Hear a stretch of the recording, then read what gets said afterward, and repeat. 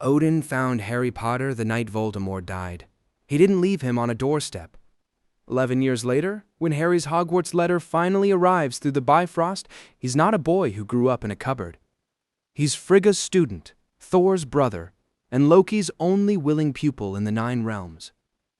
Voldemort spent a decade planning for a scared child.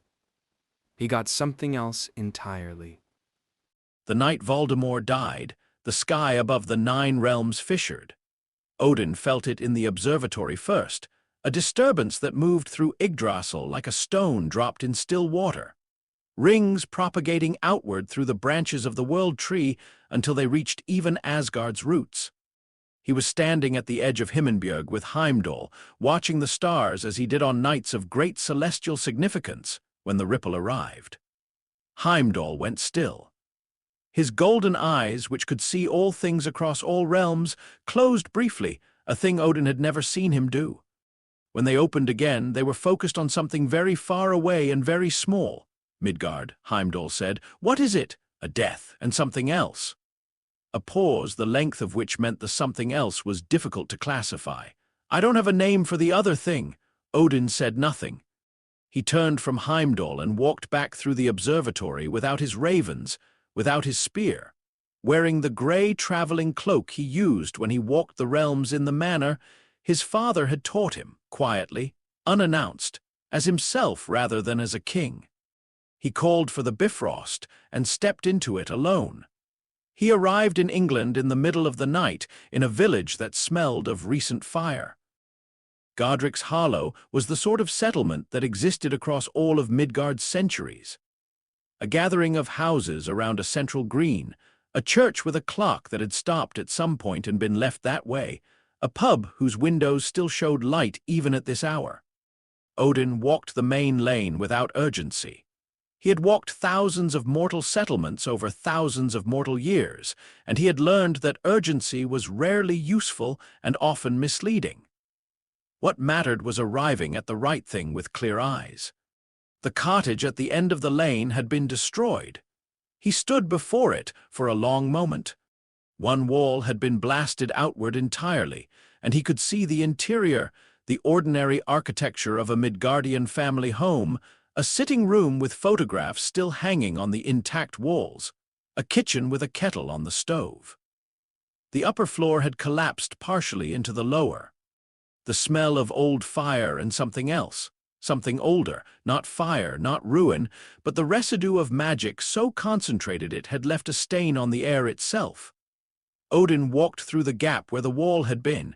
He was not, by temperament, a man given to urgency. But his ravens would have been useful here. They were the tools he used to see what he could not observe with his one remaining eye. Without them, he moved slowly through the wreckage, letting his other senses do the work, the pressure of old magic against his skin, the way the air thickened in certain directions, the faint luminescence on surfaces that had been in proximity to the event itself. The stairs were mostly intact. He went up. The child was in a room at the top of the house, in a cot that had fallen partway through a hole in the floorboards and then caught, wedged at an angle, preserving the child within it through what might be described as luck and what Odin recognized as something more deliberate.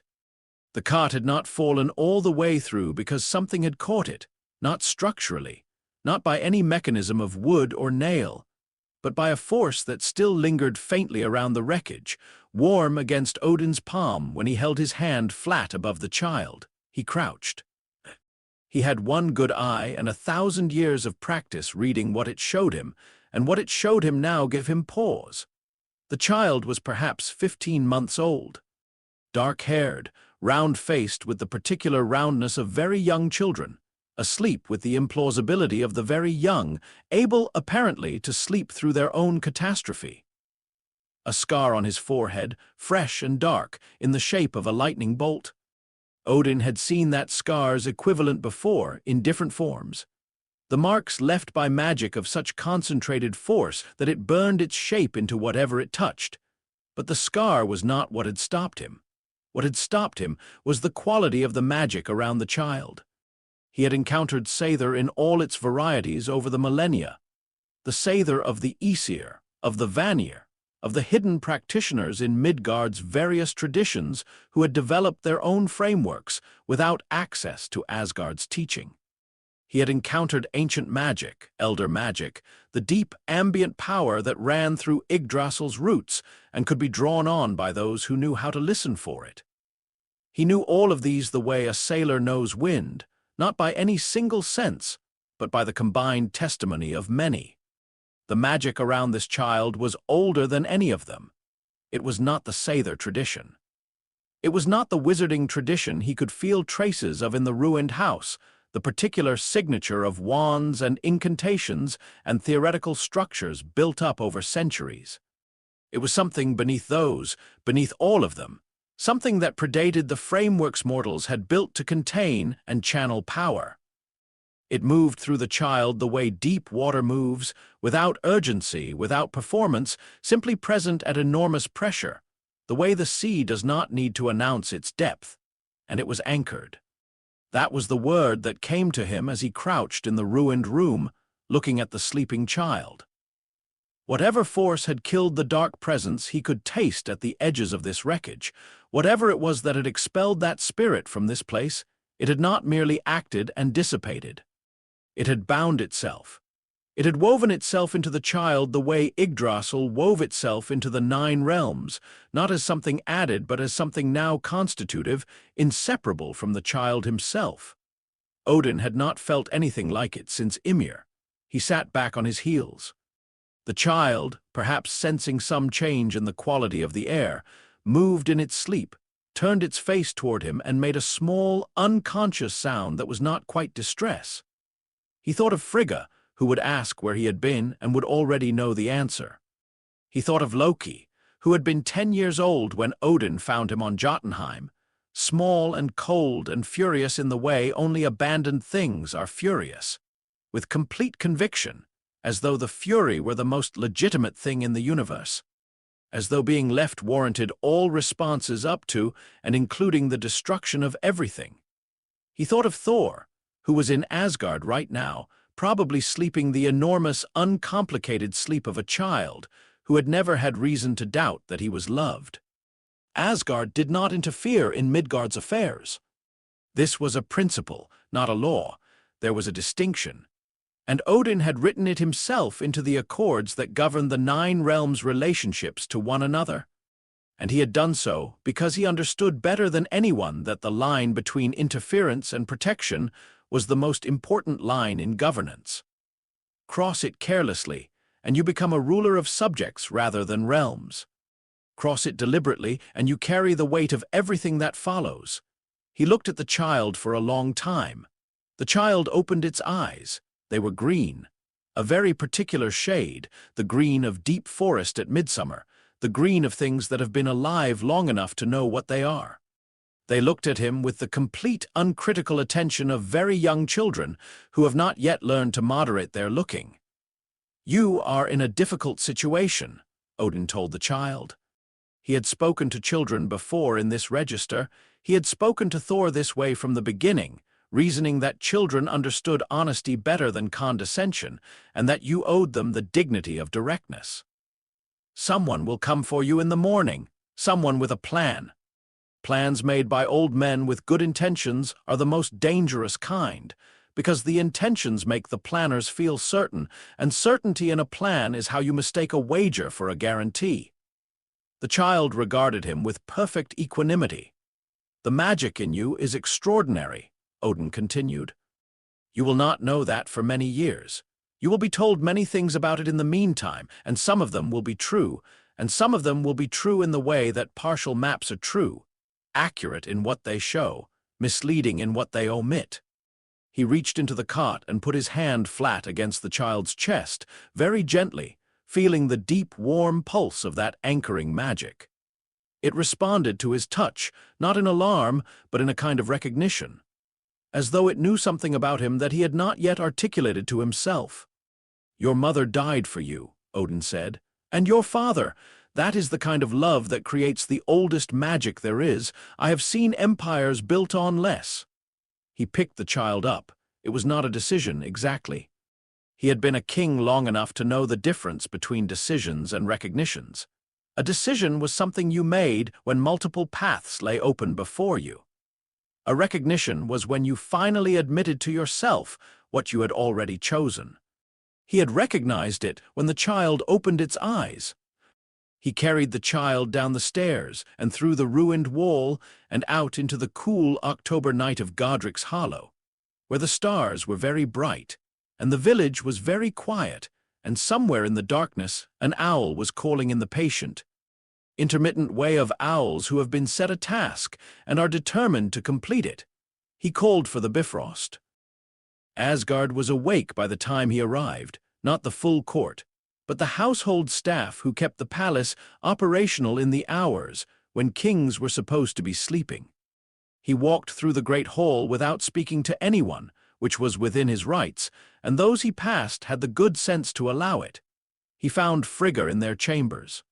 She was sitting by the window in a dressing gown, reading by the light of a small lamp, and she looked up when he entered without any particular expression of surprise.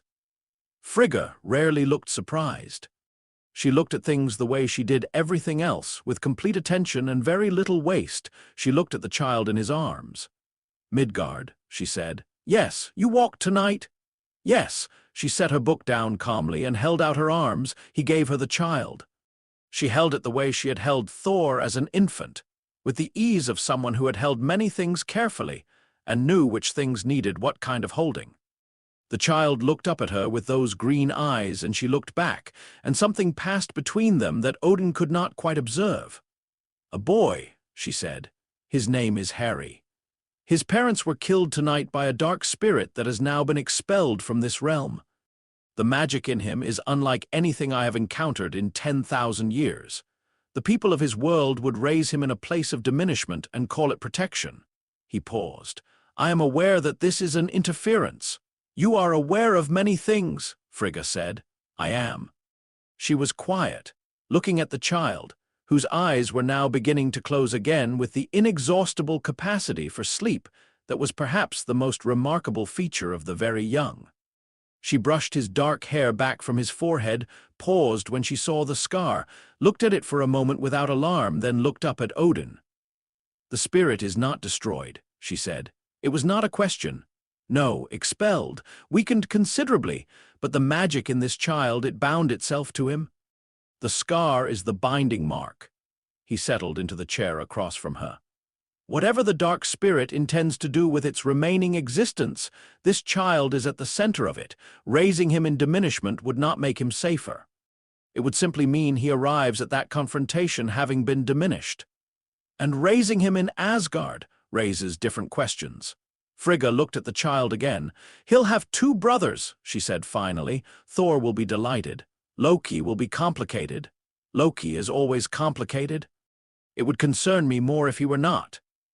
Odin leaned forward, elbows on knees, looking at the child who had fallen asleep again in Frigga's arms with the serene confidence of someone who had decided, at some level below consciousness, that wherever he was safe. The magic in him is Midgardian in its deep structure, but it resonates with Yggdrasil. There is something in his nature that will need both traditions to fully develop. You can't know that yet. No, I can only know what the magic tells me, and the magic tells me he should not be left. Frigga was quiet for a moment. The lamp made small sounds. The child breathed. "What will his world think?" she asked. "His world will think he is dead or lost. There is a man, a powerful man, a planner who will come in the morning and find him gone. He will search. He will not find." Odin's voice was even. "He will eventually accept that Harry Potter has disappeared from the world. He will build his plans around someone else, or around the hope that Harry will somehow reappear when needed. And if Harry does reappear when needed, then he will be Asgardian raised and Midgardian born and something else besides, and the dark spirit will face something it has no framework for." Odin looked at his wife. "I have spent 10,000 years watching plans fail because the planner assumed the field would stay constant. The field never stays constant. Better to introduce a variable the enemy cannot account for." Frigga's mouth curved slightly. "Is that what he is, a variable?" Odin looked at the sleeping child. "He is a child," he said. Tonight that is sufficient." 3 hours later, in what remained of a village in England, an elderly man in a half-moon spectacles and a purple cloak arrived at the ruins of a house on a lane and stood for a long time looking at what he found there. He found wreckage and the stain of old magic and the photographs still on the standing walls. He found a cot wedged in the ruin of the upper floor that still held a small impression in its blankets. He found, on the floor near the cot, a lock of black hair. He picked it up carefully and held it for a long time. He found no child. Albus Dumbledore was not, by nature, a man given to panic. He was given to calculation, to the long, intricate, deeply considered work of arranging outcomes. He had spent 11 years arranging for this night, making provisions, building structures of prophecy and protection and careful placement around a child. He intended to use as the keystone of a victory over a darkness that had cost him more than he would ever publicly enumerate. He stood in the ruined room and calculated. The child was not dead. He was certain of that much. If Harry Potter had died here tonight, Voldemort would not have been expelled. The sacrificial protection required both elements, the willing sacrifice and the living recipient. And if the recipient had perished then, the protection would have been incomplete and Voldemort's spirit would be still in residence in this house rather than gone. Harry Potter was alive. He was simply not here. Dumbledore stood very still and turned this information over with the methodical precision of a man who had been rearranging impossible information for the better part of a century. He had been found. By whom, he could not yet say. By what, he also could not yet say. The magic residue in this room was extraordinary, not merely the signature of the sacrificial protection, which he recognized, but something else beneath it. Something vast and old and utterly unfamiliar. Whatever had resonated with the old magic, tonight had left a mark in the air that he did not have a name for. He stood in Godric's Hollow until the first gray light of November began to appear at the window, and then he walked back out through the ruined wall and stood in the lane where the village was beginning, very quietly, to wake up, and he tried to construct a plan around a missing variable. It was, he would reflect later, the most difficult thing he had ever attempted. He was not, in the end, successful. In Asgard, as the sun rose over the Golden City, Thor ran down 3 corridors and burst through the doors of his parents' chambers with the enthusiasm of a 7-year-old who had just been told he had a new brother. He skidded to a halt on the marble floor and stared at the infant in his mother's arms with an expression of absolute wonder. "He's very small," Thor said. "You were very small once," Frigga said. "I don't remember it." Thor came closer, cautiously, the way he approached new things, with enormous confidence that was only slightly moderated by the possibility of breaking them. He peered at Harry, who was awake now, and regarding him with the same green-eyed equanimity he had turned on Odin the night before. "What's his name, Harry?" "Harry!" Thor tried the word. It seemed to satisfy him. He reached out one large finger, and the child grabbed it immediately with both hands, which appeared to be the single most affecting thing that had ever happened to Thor in 7 years of life. His entire face changed. "He's very strong," he said, in a voice that had gone almost reverential. "He is," Frigga agreed. Across the chamber, Loki stood in the doorway he had slipped into 3 minutes earlier, unannounced and unnoticed as he preferred. He was 5, and he was watching with the careful attention he brought to everything, watching Thor's face change, watching their mother's ease with the infant, watching their father standing at the window with his back to the room and his weight settled in the particular way that meant he had made a decision and was now living with it. He looked at the child. The child, independently, looked back. Loki did not move from the doorway. He was not ready to move from the doorway. He was thinking about a number of things simultaneously, which was normal for him, and the things he was thinking about were the infant's extraordinary eyes, the fact that he had not been woken to be told about this, the fact that Thor had been woken and he had not, the quality of the magic he could feel from across the room, which was strange in a way he couldn't yet name, and the expression on his father's face, which he could not see but could infer from the set of his shoulders. His father's shoulders said, "I have done something consequential, and I will not be explaining myself to anyone." Loki knew that expression very well. He wore it himself. He looked at the child again. The child was still looking at him, with complete patience, as though it had all the time in the 9 realms and intended to use it. "Harry," Loki said quietly from the doorway, trying the name the way his brother had, experimentally, as a sound to be evaluated. The child's face changed. Not into a smile, too young for that yet, or nearly, but into something that might, in a year or two, become one. Loki filed this information carefully.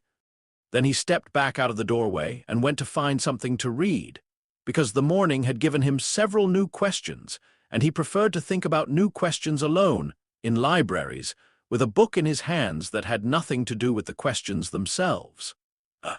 He would find his answers eventually. He always did. The ravens found Odin at midday, on the high bridge where he went when he needed to think without anyone watching him think.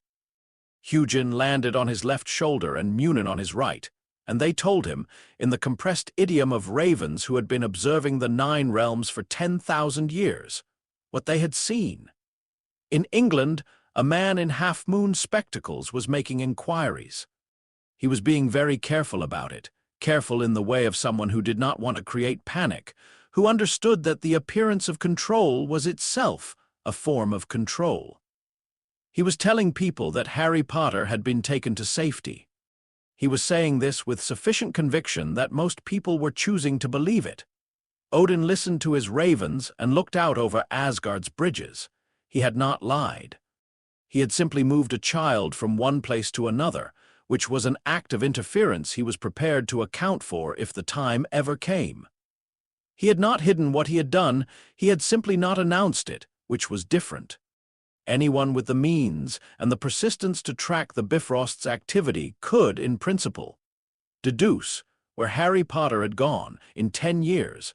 Perhaps he would be curious to see whether that man in the half-moon spectacles managed it. Below, in the courtyard, he could hear Thor's voice, already loud, already carrying the particular quality of enthusiasm that filled any space it entered. He was explaining something to the nursery staff, probably Harry, probably at length, probably in the tone he used for things he found marvelous. Odin's ravens settled their feathers and were still. Harry Potter was in Asgard, sleeping in a cot that had been set up in the nursery that morning with the speed and competence that characterized Frigga's household management. He was alive and magically extraordinary, and, as of approximately 6 hours ago, the youngest son of the house of Odin.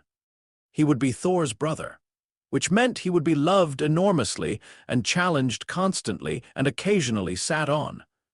He would be Loki's brother, which meant he would be watched and tested and eventually, if Loki decided he was worth the investment, taught things that no Hogwarts curriculum had ever conceived of. He would be Frigga's child, which meant he would be seen, clearly, without distortion, for exactly what he was, and he would be Odin's. The All-Father looked out over the 9 realms and thought, not for the first time, that the most consequential decisions he had ever made had felt, at the moment of making them, not like decisions at all, but like the simple acknowledgement of something already true. He called his ravens back to him and turned from the bridge. There was a great deal to arrange, and the morning was getting on.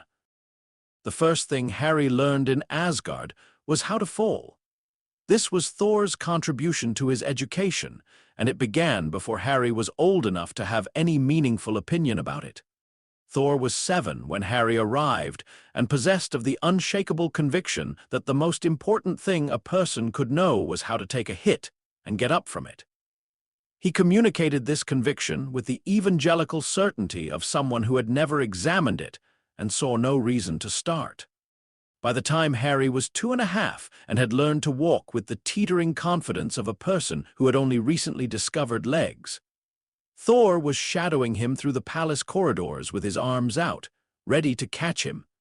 Because falling was inevitable, and the sooner Harry understood that the better, Frigga, observing this from a doorway, said nothing. She had raised Thor. She knew the shape of his affection. Harry fell a great deal in his first years. He fell off things, off furniture, off the low garden walls he insisted on climbing despite having neither the reach nor the judgment for it. He fell in training yards where he had no business being, and on Asgardian staircases that were not designed with very small Midgardian children in mind. He fell in approximately the way that all children fall, badly and often, and with a complete conviction that this time it had been Thor's fault specifically. And then he got up. This was, Thor would say later, the thing he had noticed first. Not the getting up itself, all children got up, or most of them, but the quality of it. Harry got up without drama. He got up the way water finds a new path, without apparent deliberation, without visible decision, simply by being the kind of thing that went forward. He would look at whatever he had fallen off, or over, or into. And he would look at it with those green eyes in a way that suggested he was categorizing the information rather than processing the embarrassment.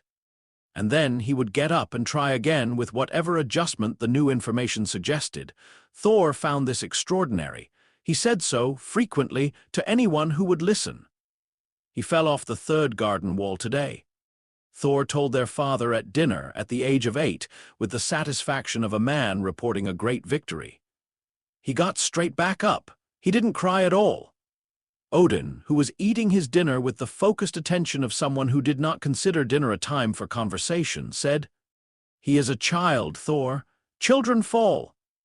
"But he gets up differently," Thor insisted. Odin looked at Harry, who was at the far end of the table, methodically eating something that Frigga had managed to convince the kitchens to make smaller than the standard Asgardian serving. Harry looked up, apparently aware of being discussed, and regarded his father with the same calm equanimity he turned on most things. Odin returned to his dinner. "Yes," he said, "he does." The second thing Harry learned was how to be still. This was Frigga's teaching, and it was harder. She began when he was 3, in her chambers in the morning hour before the court business started, when the light came through the tall windows at an angle that illuminated the room in long gold bars. She sat across from him at a low table. She had the table made specifically, because Asgardian furniture was not scaled for 3-year-olds, and she had noticed that children who could not reach the table with their feet on the floor were children who could not concentrate. And she showed him the first thing. "Listen," she said. He listened. The room was quiet. The palace was never entirely silent. There was always the distant sound of the training yards of horses, of Asgard's enormous ongoing enterprise of existing. But in the morning chamber with the gold light, there was a quality of quiet that was different from ordinary quiet. He listened to it. "What do you hear?" "Wind," he said. "Horses, Thor." Frigga's mouth curved. "Yes, you can always hear Thor." She folded her hands on the table. "Now listen beneath those things," he tried. He was 3, and his capacity for sustained attention was limited in the way of all 3-year-olds. But there was something in Frigga's voice, not authority exactly, not the authority that Odin used, which was a thing that pressed down, but something more like gravity, a natural pull. The quality of a person who had earned the attention of rooms full of difficult people for a very long time and knew exactly how to use it. He listened beneath the horses, beneath Thor, beneath the wind. There was something. He could not have described it then, and he could not have described it at 5 or 7 either.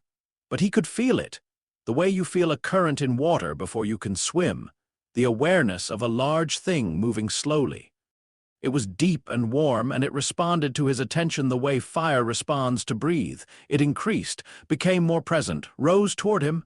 "Yes," Frigga said quietly, "there it is." "What is it?" "It's yours." She looked at him with her clear gray eyes, which were Asgardian but which held something in their steadiness that he recognized from his own reflection, some quality of watching without judgment. "It's been yours since before you came here. We don't have a proper name for it in our tradition. The closest word is perhaps a promise, something that was woven into you because someone loved you very much." He absorbed this. "Who?" "Your first mother," Frigga said, and her voice did not change, which was its own kind of kindness. She did not make it soft with pity, which would have been the wrong shape for this information. She said it the way she said all important things, directly as a fact worth knowing. She died protecting you. The magic she made with that choice became part of what you are. It lives in you the way Yggdrasil lives in the 9 realms. It isn't something you have. It's something you are woven from. Harry was quiet for a moment. "Does it hurt?" he asked. He was 3. This was a reasonable question. "No," Frigga said. "It is the opposite of hurt." He looked at his hands. He could still feel it, that deep, warm current, now that she had shown him where to look for it. It did not feel like magic in the way the other Asgardian children described magic feeling as something they reached for and directed. It felt like a tide, something that went where it needed to go. "Can I learn to use it?" he asked. "Eventually," Frigga said. "First you must learn to feel it, then to trust it, then to be still enough that it can act through you when it needs to." She put her hand over his briefly, the way she did when she was making a point she wanted him to keep. "The hardest part is the stillness. Most people are too busy moving to let the deep magic work."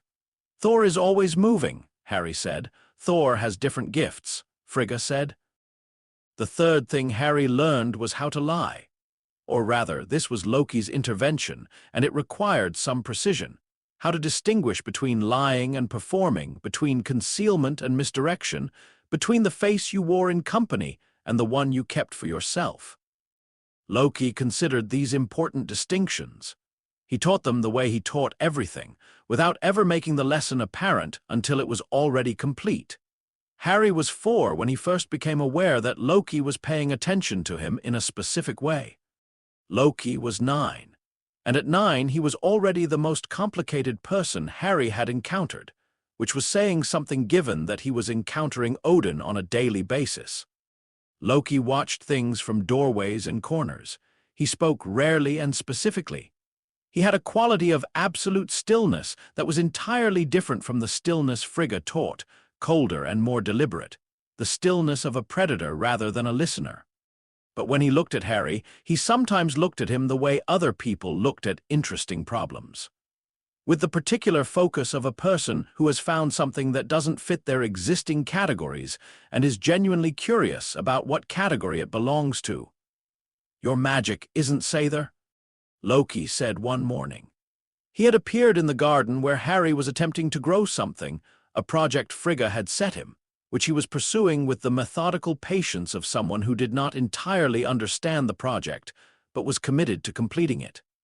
Loki sat on the wall above him, reading, without any apparent awareness that he had just said something.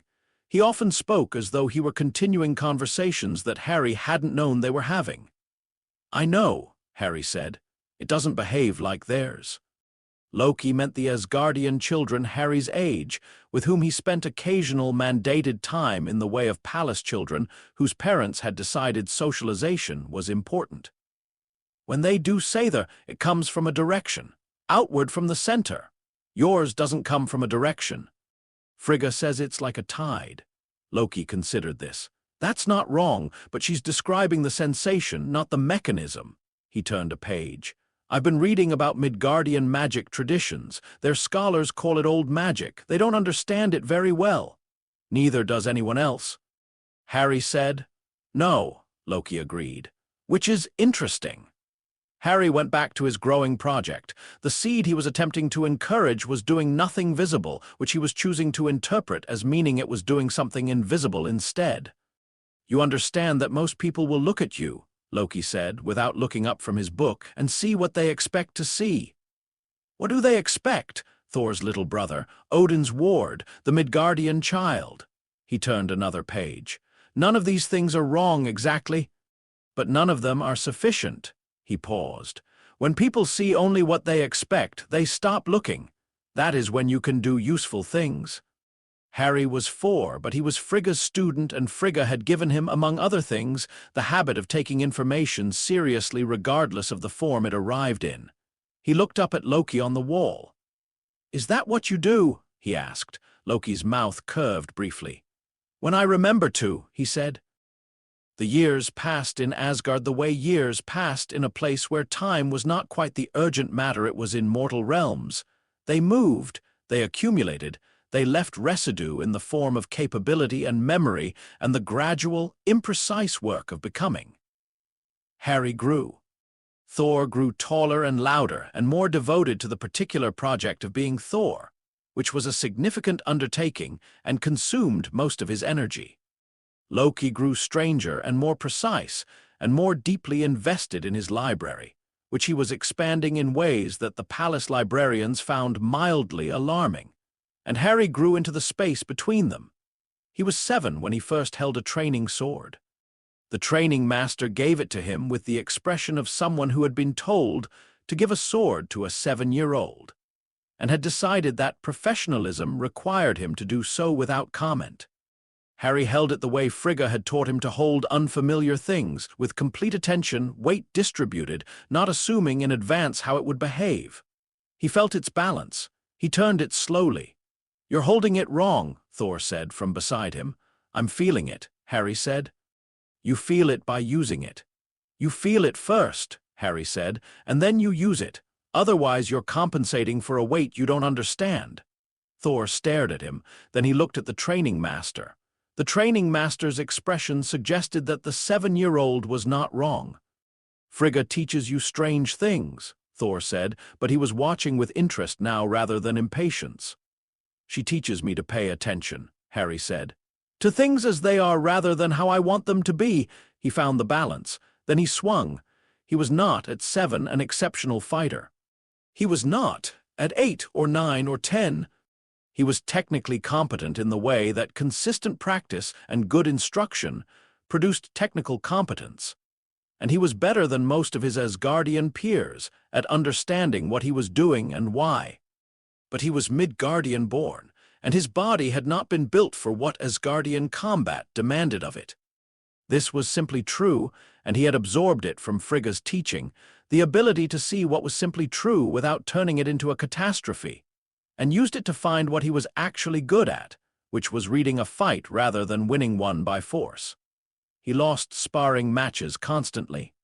He also watched, every time with the focused attention of someone who was cataloging information for future use.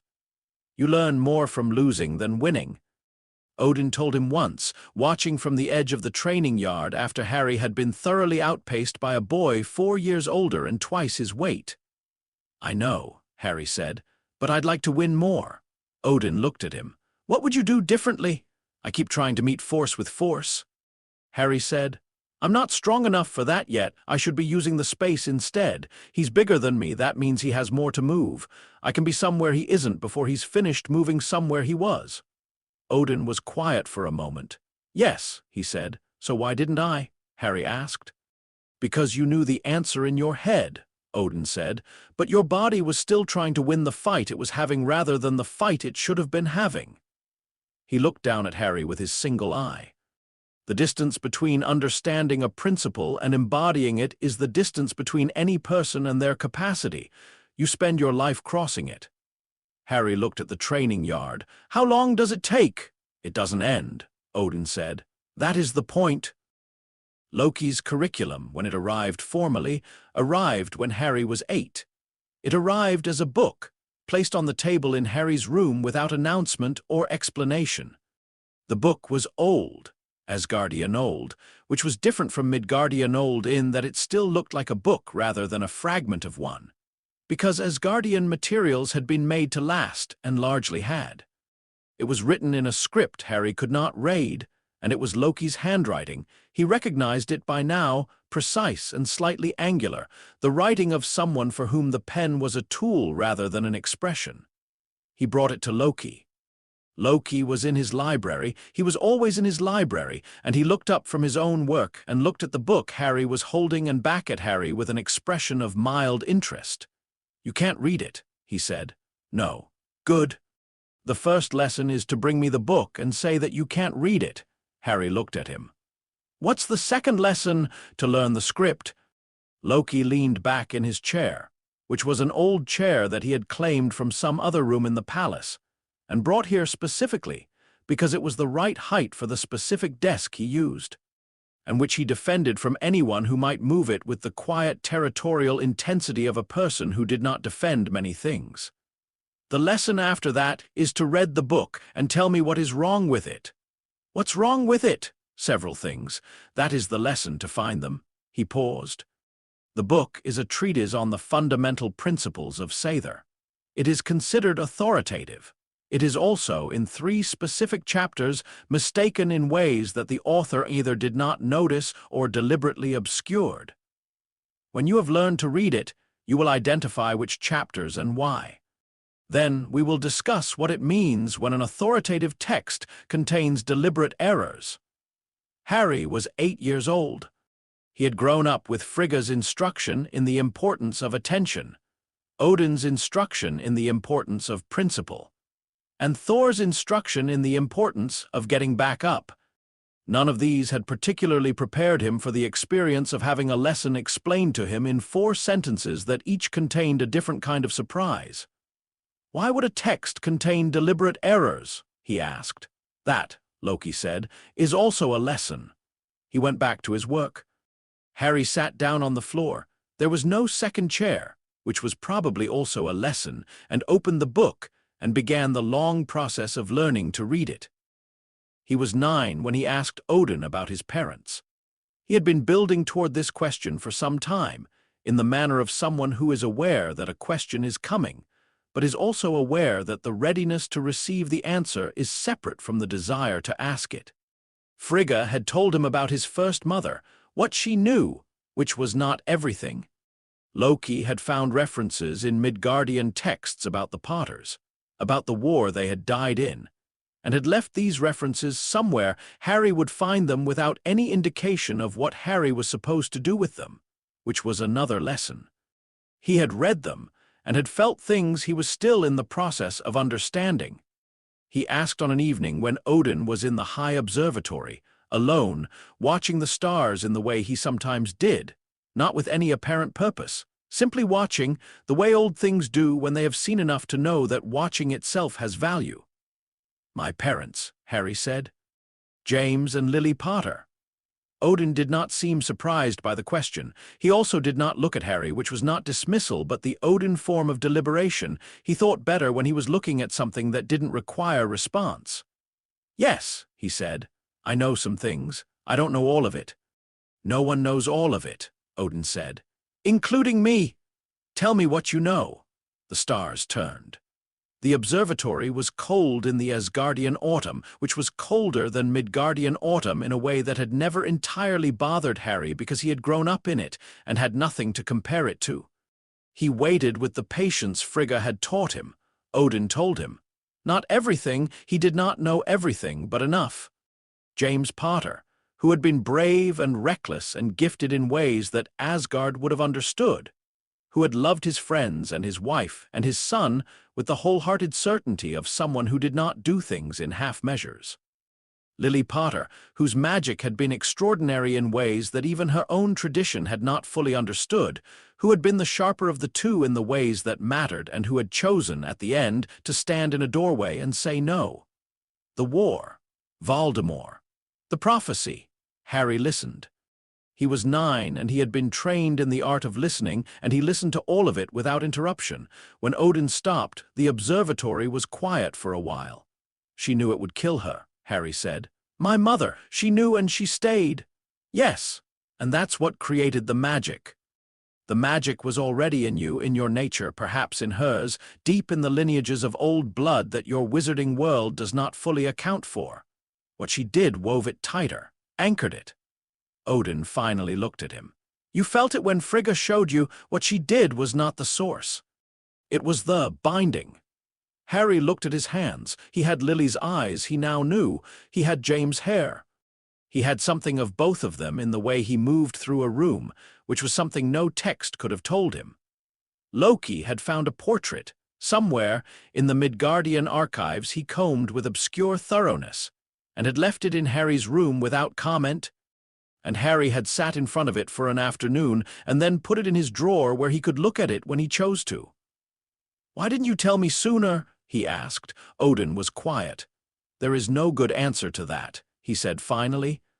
There is only the answer I have, which is that you needed to grow into yourself before you grew into their story. A child who knows too early that he is a hero in a prophecy becomes that and nothing else. He paused. I did not want you to be only that. Harry considered this for a long time. I understand the reasoning, he said. Yes. I don't know yet if I agree with it.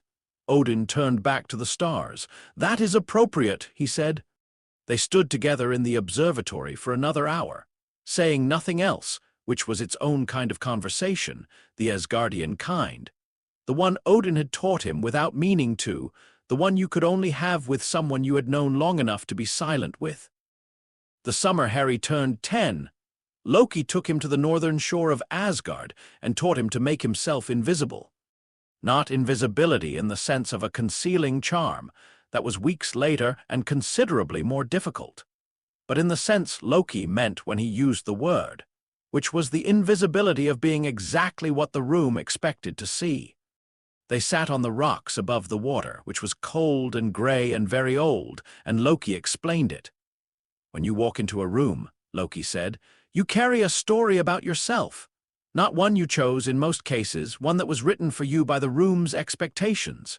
You are the Midgardian child. The youngest, the one without the bloodline, the one who will always be at a slight disadvantage in any Asgardian context because the context was built for Asgardians. He picked up a stone and turned it over in his fingers. This story is not entirely wrong, but it is not the whole story. And the room's willingness to tell it for you is a resource.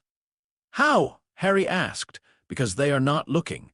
When someone thinks they know what you are, they stop looking at you. They have filed you. They are looking through you at what they expect. Loki put the stone down. That is the space you work in. Harry thought about this. You do this, he said, at court. At court, in most rooms. Loki looked at the water. I am the second son, the scholar, the one who doesn't fight the way Thor fights. Most rooms have already decided what I am before I open my mouth.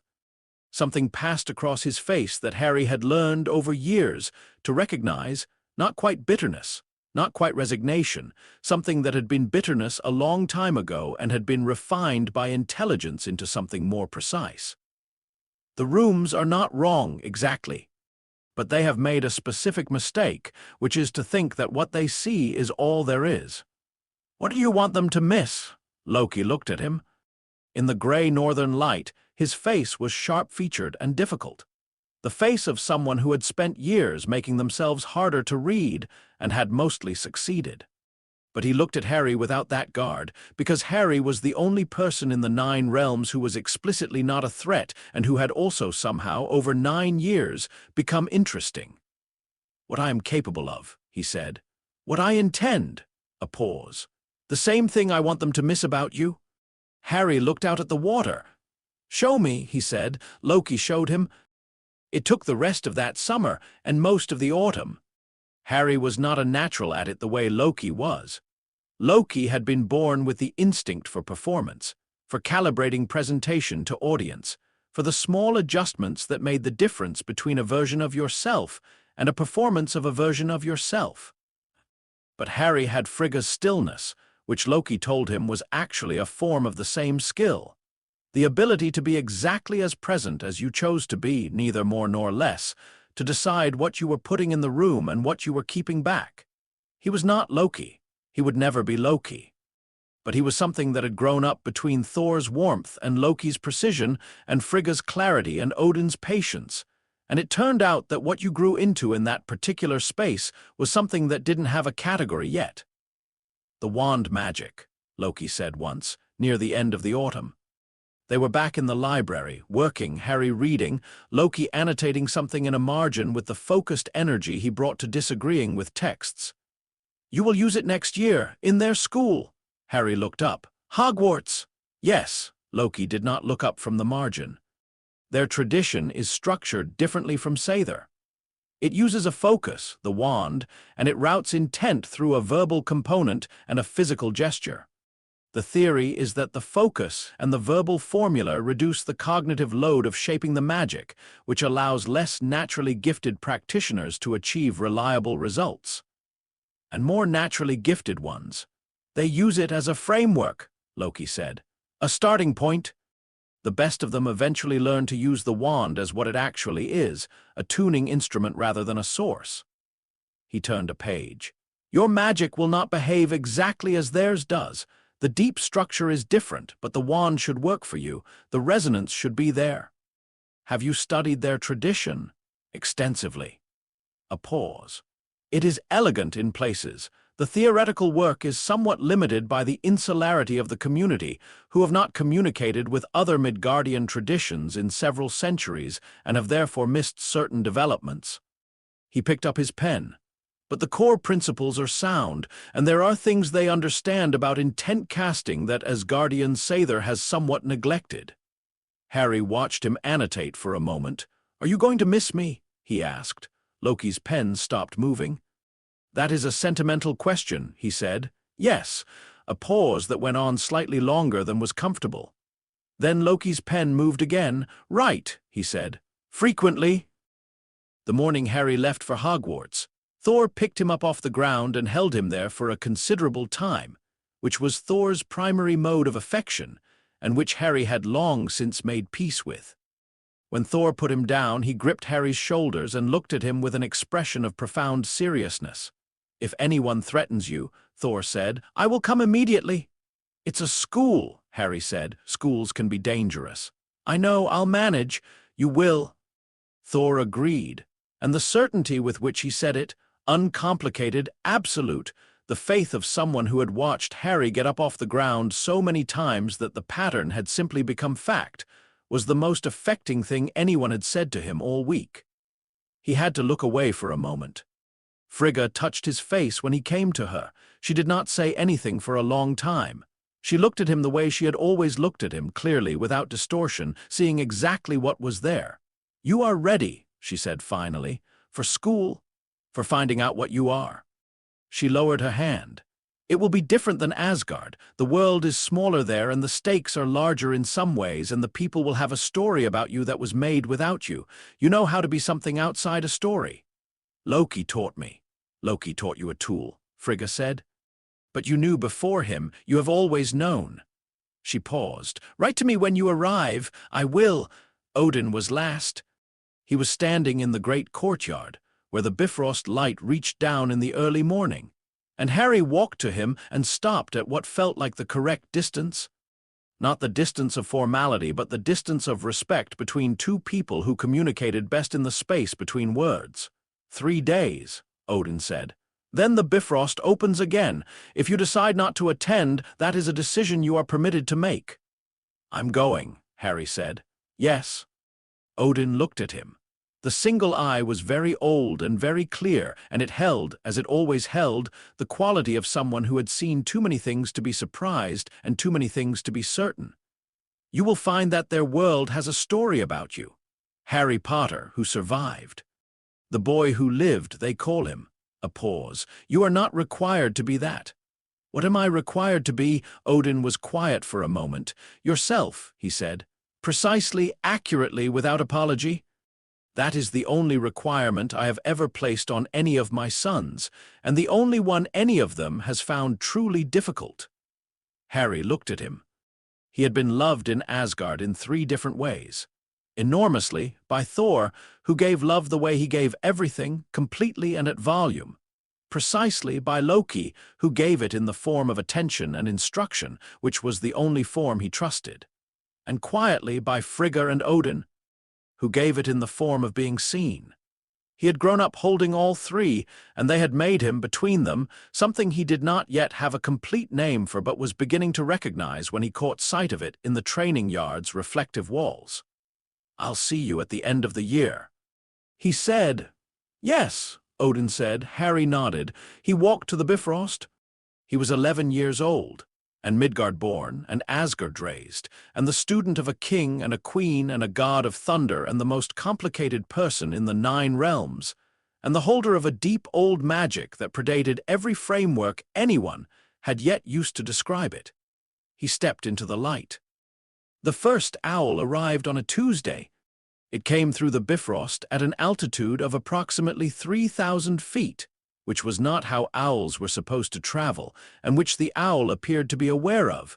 given the expression it wore when it finally landed, tumbled, more accurately, onto a decorative pillar in the palace's eastern wing. It sat there for a moment with its feathers arranged at angles that suggested a loss of personal dignity. And then it attempted to deliver its letter to the pillar, which was not a person. And then it swiveled its head around until it found Harry, who was crossing the corridor below. And it made a sound that was neither a hoot nor a scream, but something with properties of both. Harry looked up at it. The owl looked down at him with the conviction of something that had completed an impossible task and expected acknowledgement. He held out his arm. The owl descended with the controlled chaos of something that had forgotten, briefly, how wings worked, landed, righted itself, and held out its leg with the focused intensity of a professional who was having a very bad day but was committed to its vocation regardless. He took the letter. The envelope was thick cream parchment, sealed with purple wax and an ornate crest, a badger, an eagle, a lion, a serpent, arranged around the letter H. His name was written on the front in emerald green ink in a hand of extraordinary precision, as though whoever had written it had felt that the address itself was a matter of some ceremony. Mr. H. Potter, the Eastern Corridor, the Royal Palace, Asgard, the 9 realms. Harry stared at this for a moment. He turned the envelope over and looked at the seal. He turned it over again and looked at the address. Then he went to find Loki. Loki was in his library, which was where Loki always was, surrounded by the organized chaos of someone who had a system that was internally consistent but illegible to anyone else. He looked up when Harry came in, assessed the situation in approximately 1 second, the envelope, Harry's expression, the distant sound of a distressed owl, and returned to his book. "Finally," he said, "you knew. I calculated. There is a Midgardian school of magic. You are Midgardian born, regardless of where you were raised. The school has an enchanted registry. I found a reference to it in a text from the 17th century that records magical births. Your birth would have been recorded." He turned a page. "I wondered how long the owl would take." "The address says the Eastern Corridor," Harry said. "How did it know where I was?" "Enchanted registry," Loki said, as though this were obvious. "The school is quite sophisticated in some areas, if limited in others." He paused. "Open it." Harry opened it.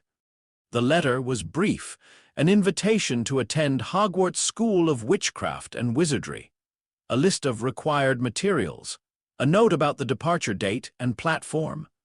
It was written with the same ceremonial precision as the address, formal without being cold, the tone of an institution that had been doing a thing for 1,000 years and had found the correct register for it. He read it twice.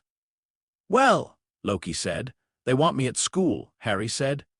"September 1st, King's Cross Station, London, platform 9 3/4. 9 3/4, Loki repeated without looking up. "Yes, that is the most Midgardian thing I have ever heard." Harry put the letter down on the edge of Loki's desk, one of the few surfaces clear enough to receive it, and leaned against the wall, thinking. The owl had followed him. It was sitting on a shelf between 2 large volumes, still ruffling its feathers in the way of something that had been profoundly discomposed and was working on its composure. "There will be more," Loki said. "They send many letters if the first one doesn't reach its recipient." "How many more?" Loki considered. "Depends on how long you take to respond." As though this were the cue it had been waiting for, the owl hooted. Firmly, it had completed its task. It required a response. Harry wrote one, "I will attend," on the back of the supply list, which felt appropriate, and gave it to the owl, which departed with the renewed dignity of something whose professional obligations had been satisfied. The other owls arrived over the next 3 days. The second owl was confused but determined. It arrived through the Bifrost at a lower altitude than the first and with considerably more grace, located Harry in the training yard, and delivered its letter with professional competence. Harry wrote again, "I will attend." One response was sent previously. "Please disregard any subsequent letters." The third owl appeared to have been sent before the second and had gotten somewhat lost in transit. It arrived upside down in the palace kitchens. terrified the cook, and was eventually rescued by a sympathetic member of the household staff who located Harry and delivered it personally with the expression of someone who had decided to treat this as simply another feature of palace life. The fourth, fifth, and sixth owls arrived as a group, apparently having found each other somewhere in the transition between realms and decided that there was safety in numbers. They descended on the palace's main tower simultaneously and created what could only be described as a situation. Thor, who happened to be passing, attempted to be helpful. This did not improve the situation. Frigga, informed of the situation, resolved it with 3 sentences and a clear hierarchy of authority. The seventh owl arrived from a different direction than the others, flying with the focused directness of something that had been sent later but had found a better route, and it carried not only a letter but also a small package, a folded map of Diagon Alley, and a note from a Professor McGonagall expressing hope that Mr. Potter had received the initial correspondence and welcoming him to Hogwarts. The eighth owl did not make it through the Bifrost at all. Heimdall intercepted it, held it briefly, and sent it back. Having determined that Asgard did not require any more owls for the time being, Harry brought the accumulated correspondence to Odin. Odin read the letters, all of them, including the duplicates, with the methodical patience of someone who had once received 11,000 petitions in a single week and had read those as well, and set them down and looked at Harry for a long moment. "You want to go?" he said. It was not a question. "I want to see it," Harry said. "Their tradition. I've read about it, Loki found texts, and I've been studying, but reading isn't the same as standing in it." He paused. "And it's where I'm from. Some part of me is from there. I'd like to know what that part is." "Knowing where you're from does not oblige you to become it." "No," Harry agreed, "but ignoring it doesn't make it not exist." Odin was quiet for a moment in the way that meant he was not deliberating, but was instead deciding how much of his deliberation to share. He picked up the 7th letter, the one from Professor McGonagall, and looked at the address again. His expression was, as it often was, unreadable. But Harry had spent 10 years learning to read the things around his father's expressions instead. The quality of his stillness, the direction of his attention, the slight adjustments in posture that communicated what the face did not. He was not opposed. He was deciding how to not be opposed in a way that would be useful. 3 days, Odin said. "You will go to Midgard for 3 days. Alone, I will not send Loki with you or Thor. You were born there, and you should see what that means on your own terms, not filtered through an Asgardian escort." He put the letter down. "At the end of 3 days, the Bifrost opens again. If you wish to attend, you attend. If you do not, you come home." "Heimdall will watch," Harry said. "Heimdall always watches." Harry nodded. "When?" "Tomorrow. There is a man who has been waiting for you for 10 years. He should not be kept waiting longer than necessary. It is unkind to keep planners waiting, as a rule, because they begin to plan around your absence, and it becomes difficult to reintegrate you without disrupting the architecture." Harry looked at him. "You know about Dumbledore?" Odin's expression shifted by approximately 1/2 degree. "I know about most things," he said. "Eventually. Did you know about the prophecy before you took me?" The room was quiet for a moment. "I knew about the magic in you," Odin said. "I knew it was extraordinary and old, and that the people who would inherit responsibility for you would not understand it." He paused. "I learned about the prophecy later. Loki is very thorough." Harry absorbed this. "Did it change anything?" Odin looked at him steadily, and in the steadiness was the answer, the complete, unqualified answer that Odin rarely gave in words because he trusted Harry to read the things around words. "No," he said. King's Cross Station was loud in the way that large Midgardian transit spaces were loud. A specific layered noise. The noise of thousands of people pursuing separate urgencies in proximity to one another. The mechanical sound of trains beneath the human sound of voices. The indifferent institutional noise of an enormous building that had been built for function rather than comfort, and had been hosting human urgency for generations without developing any particular feeling about it. Harry stood in the main concourse for a moment and simply listened. He had been to Midgard before, briefly. Odin had taken him twice in his early years, for reasons Odin had described as educational, and which Harry had later understood as attempts to prevent the kind of total severance from his birth realm that would have been its own kind of damage. But he had not been to Midgard as himself, alone, without Odin's presence as a frame. He had not stood in a Midgardian space and felt himself to be the most ordinary thing in it. He was not, precisely, the most ordinary thing in it. He was wearing Midgardian clothes. Frigga had arranged this with the focused competence she brought to all logistical problems, and he was carrying a single bag, and he looked, to any external observer, like a boy of 11 in a crowd of people at a train station. But the deep old magic in him responded to Midgard the way it had never responded in Asgard, with a kind of recognition, as though the realm itself knew he had been born here and was making a note of his return. He found platform 9 3/4 on his own. This was less impressive than it might have been, given that he had read Loki's research on the subject and knew about the barrier. But he still paused before the apparently solid barrier between platforms 9 and 10 and took a moment to feel the quality of the concealment.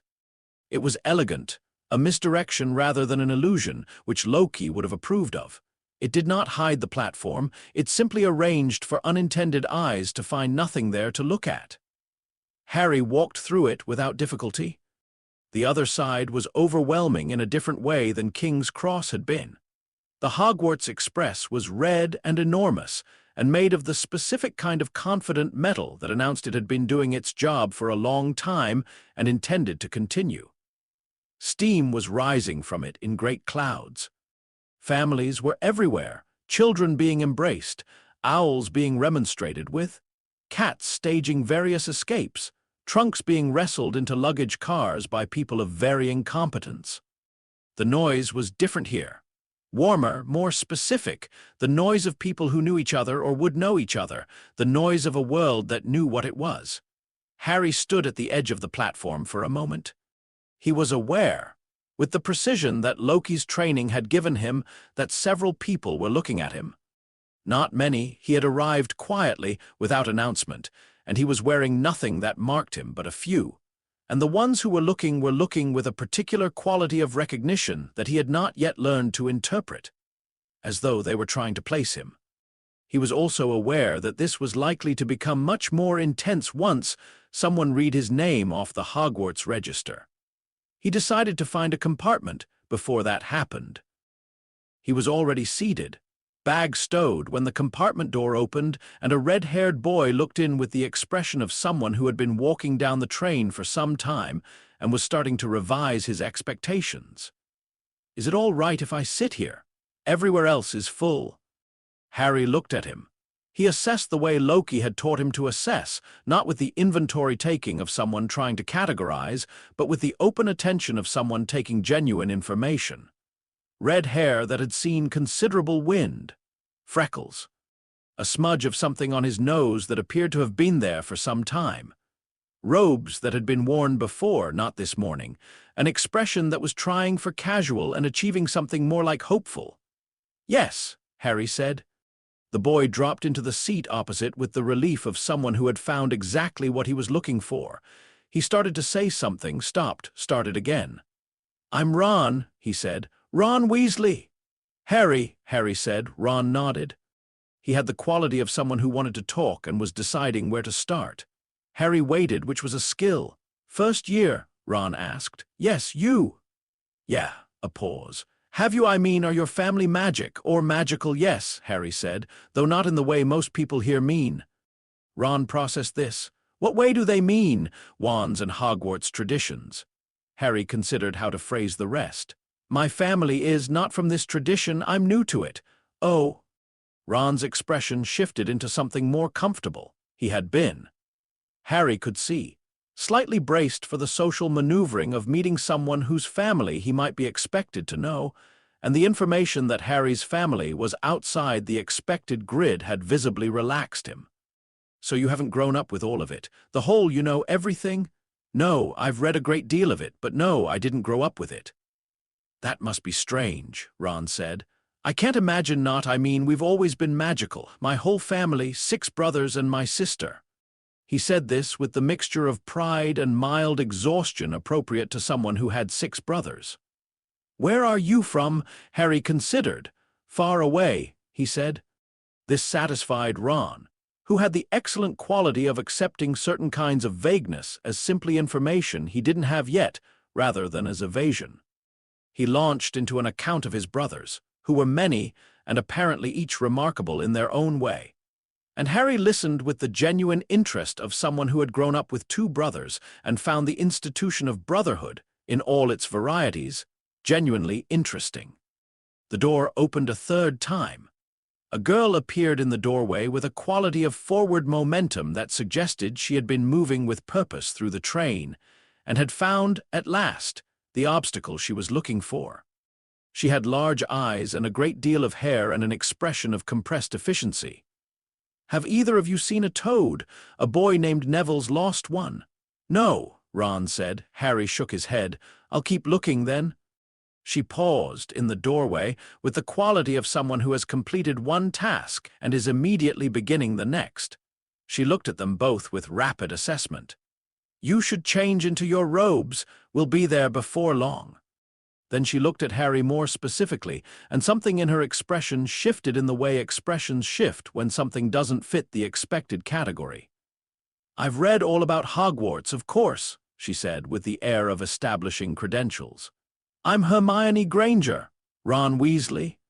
Harry said. Something very brief crossed her face. Just Harry, he looked at her. She looked back. She was, he could see, exceptionally quick, the kind of quick that manifested as impatience because most things moved slower than she wanted them to. She was also taking in a great deal of information about him in the way that people who were used to reading situations did, and she was arriving at something that confused her. For now, he said. She nodded once, with the compressed satisfaction of someone who had decided to file this for later, and disappeared back into the corridor to continue her search for Neville's toad. Ron looked at the closed door, then at Harry. She seems, he started. Precise, Harry said. Ron appeared to find this a generous interpretation. Yeah, he said, precise. Dumbledore was waiting for him. Not at the station. Harry had expected the station. And Dumbledore was, in Harry's estimation of him, the kind of man who would not do precisely what you expected. He was waiting at the entrance to Diagon Alley, at the Leaky Cauldron, sitting at a table in the corner with a cup of tea and the particular quality of stillness that meant someone had been waiting for a specific thing for a very long time and had developed a significant amount of feeling about it.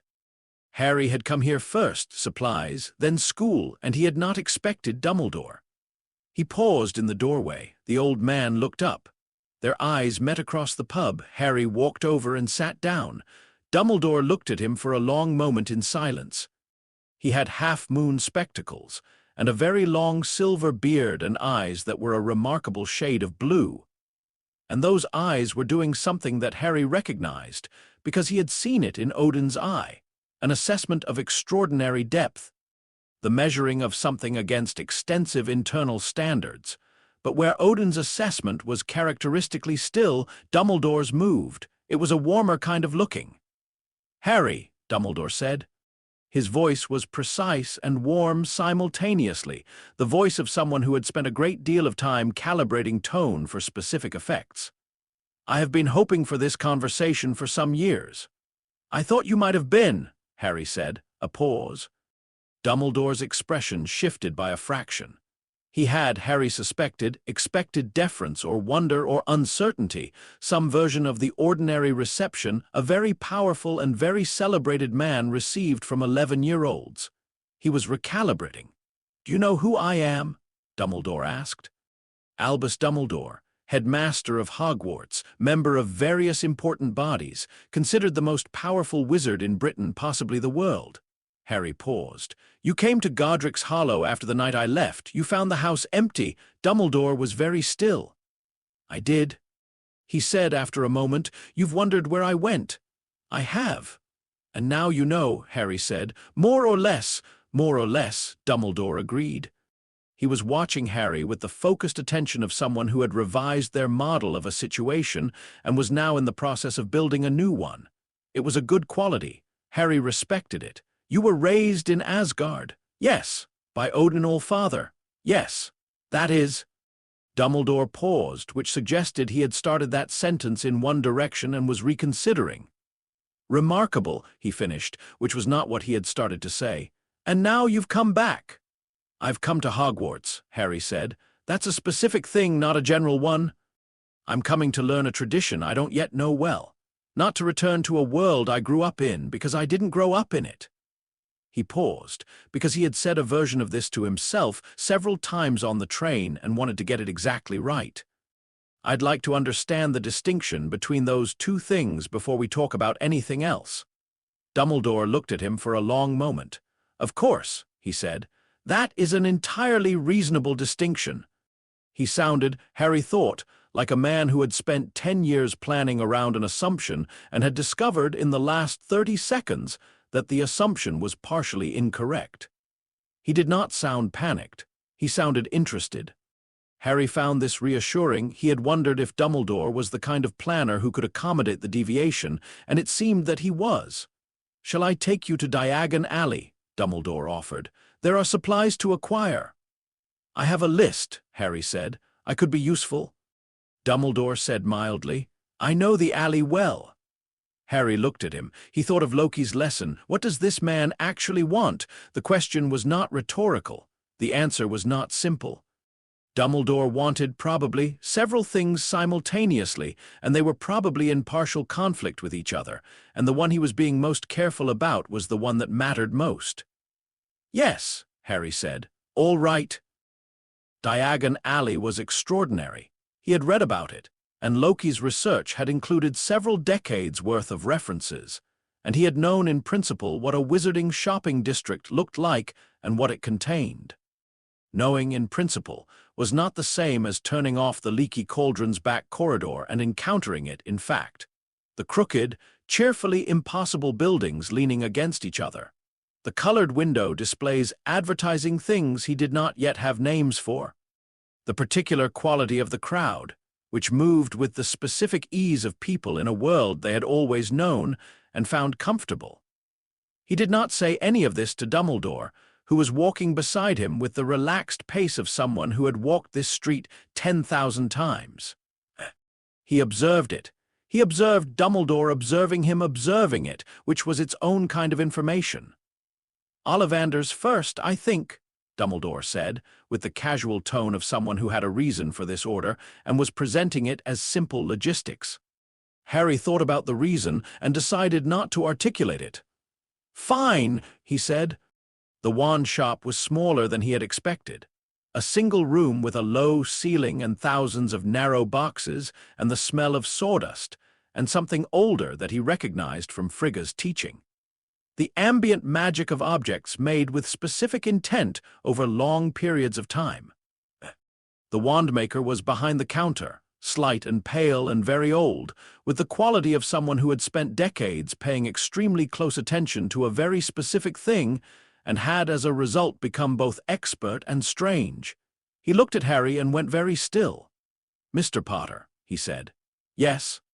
Harry said, "I have been wondering." Garrick Ollivander came around the counter with the delicate, purposeful movement of someone for whom every action in this space was second nature. "I had a note, you see, I keep records. Your parents, wonderful wands, both of them. Mahogany, 11 inches, pliable for your father. Willow, 10 1/4, swishy for your mother." He was looking at Harry with the same quality of assessment everyone in this world seemed to use on him, but this one was different. He was looking specifically at the magic, not the boy, and the magic apparently told him things the boy did not. "But your case is," he paused. "Different?" "I've been told that," Harry said. "Your magic is, the signature is extraordinary.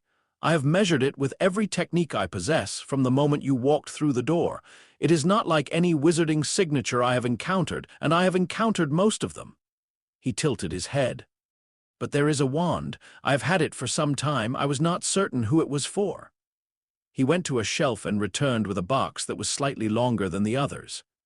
"Elder wood," he said. 13 inches, dragon heartstring, a Hebridean black, unusually old, inflexible. He opened the box. The wand inside was dark, almost black, with a faint quality of age to it. It had been made a long time ago, and it looked like what it was, something that had been waiting. This wand has refused every witch and wizard I have shown it to for 40 years. Harry reached for it before Ollivander could suggest he do so. The moment his fingers closed around it, the wand did something he did not have a word for in any of the 3 traditions he had been educated in. It was not the warmth that Frigga described when she talked about the deep magic responding. It was not the precise, deliberate engagement of Loki's Sather. It was something between recognition and resonance, the quality of a key in a lock, but mutual, as though the key had also been waiting for the lock. Sparks. Gold and silver simultaneously, which Ollivander would later tell him was the first time he had seen that combination. "Well," Ollivander said quietly, "there we are." Harry looked at the wand. The wand, in some sense he could not entirely explain, looked back. "Elder wood," he said. "Isn't that the wood of the most powerful wand in wizarding legend?" "Yes." Ollivander's voice held a quality of controlled fascination. "Though the legends concern a specific wand, not the wood in general. Elder wood it has a reputation for difficulty. It does not choose easily, and when it chooses completely." He looked at Harry with those pale eyes. "The wand remembers, Mr. Potter. I have always believed that. But I wonder now if it also anticipates." Harry paid for the wand. Dumbledore had arranged currency, one of the useful things he had done, and put it in his pocket, where it settled with the quiet confidence of something that had found where it belonged. He spent the rest of the afternoon in Diagon Alley, collecting books and supplies and a small barn owl he bought on impulse at the Magical Menagerie, because the owl looked at him with the focused intelligence of something that had decided exactly where it was going, and was waiting for the formality of purchase to catch up with the decision. He named her Skuld. Dumbledore walked with him through most of it, providing context with the ease of someone who had been providing context for a very long time. He did not push. He did not plan, obviously. He told Harry things about the wizarding world, its history, its structures, its ongoing tensions, with the quality of someone who was offering information and watching what the recipient did with it. Harry took the information and filed it and said, at the end of the afternoon, on the steps of the Leaky Cauldron with his new supplies, and his owl and the wand in his pocket that had apparently been waiting 40 years for him, "You've been very helpful." "I have been trying to be," Dumbledore said. "I noticed." Harry paused. "I know there are things you want to tell me, about the prophecy and about Voldemort and about what you think my role in all of this is." Dumbledore was very still. "I think," Harry said, "that it would be better to have those conversations when I know you better, and when I know this world better." He looked at the old man with the half-moon spectacles. "I'm not dismissing the information. I'm suggesting that I'll be better equipped to receive it once I have more context." Dumbledore looked at him for a moment. "That is very wise," he said, and he sounded, Harry thought, like a man who meant it and was also recalibrating something significant. "My mother was educated in wisdom traditions," Harry said. "Both of them." He went back through the Leaky Cauldron and into King's Cross and found a quiet corner, and he took out a small piece of parchment and wrote 2 messages. The first was to Odin, "I will attend. The wand chose me, or I chose it. I'm not certain of the distinction." The second was to Loki. "The wand is elder wood and dragon heartstring, 13 inches. I've attached a sketch. Tell me what you find." He sent them through Heimdall's keeping and sat back and listened to the noise of King's Cross around him, which was enormous and indifferent and thoroughly Midgardian, and thought that it was stranger to feel at home in 2 places than to feel at home in none. Odin's response came through Heimdall that evening, in the particular form of a thought rather than a text, the way they communicated when the message was more feeling than information. It was simply, "Good." Loki's response came the next morning in an actual letter, which meant he had been working on it since the previous evening.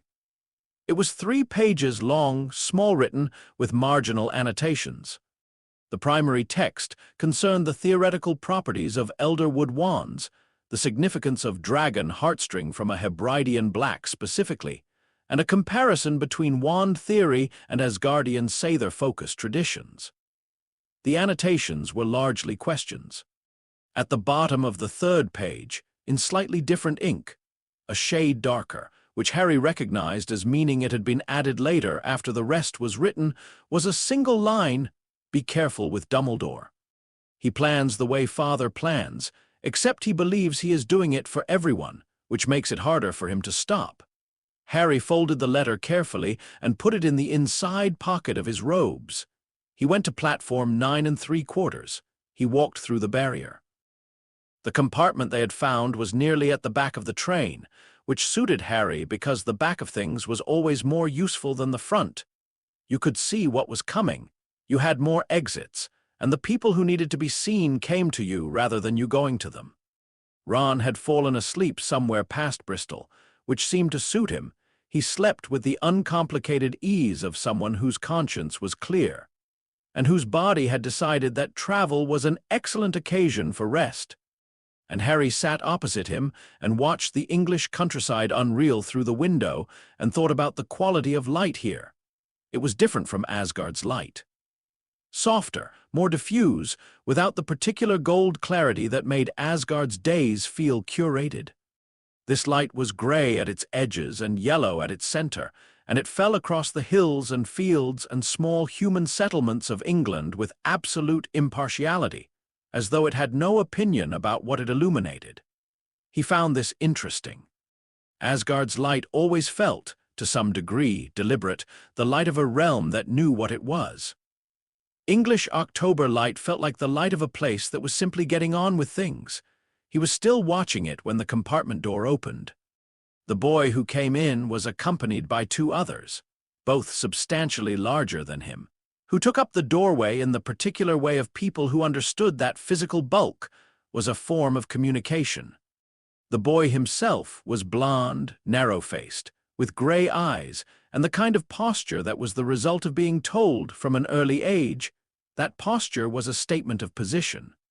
He looked at the compartment with the quick assessment of someone cataloging what was there, and what was there was 2 boys, one asleep, one watching. "Potter," the blond boy said. It was not a greeting exactly, more an annotation, the name placed in the room to see what it did. "Yes," Harry said. The boy stepped in, flanked by his companions, who arranged themselves in the doorway with the ease of long practice. He had been expecting reaction.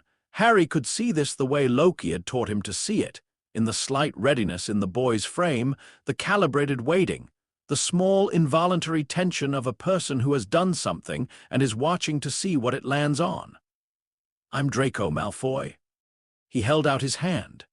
Harry looked at the hand. He looked at Draco Malfoy. He was doing the thing Loki had described in the northern light above the Asgardian shore, looking at what was actually there rather than at the performance of what was there.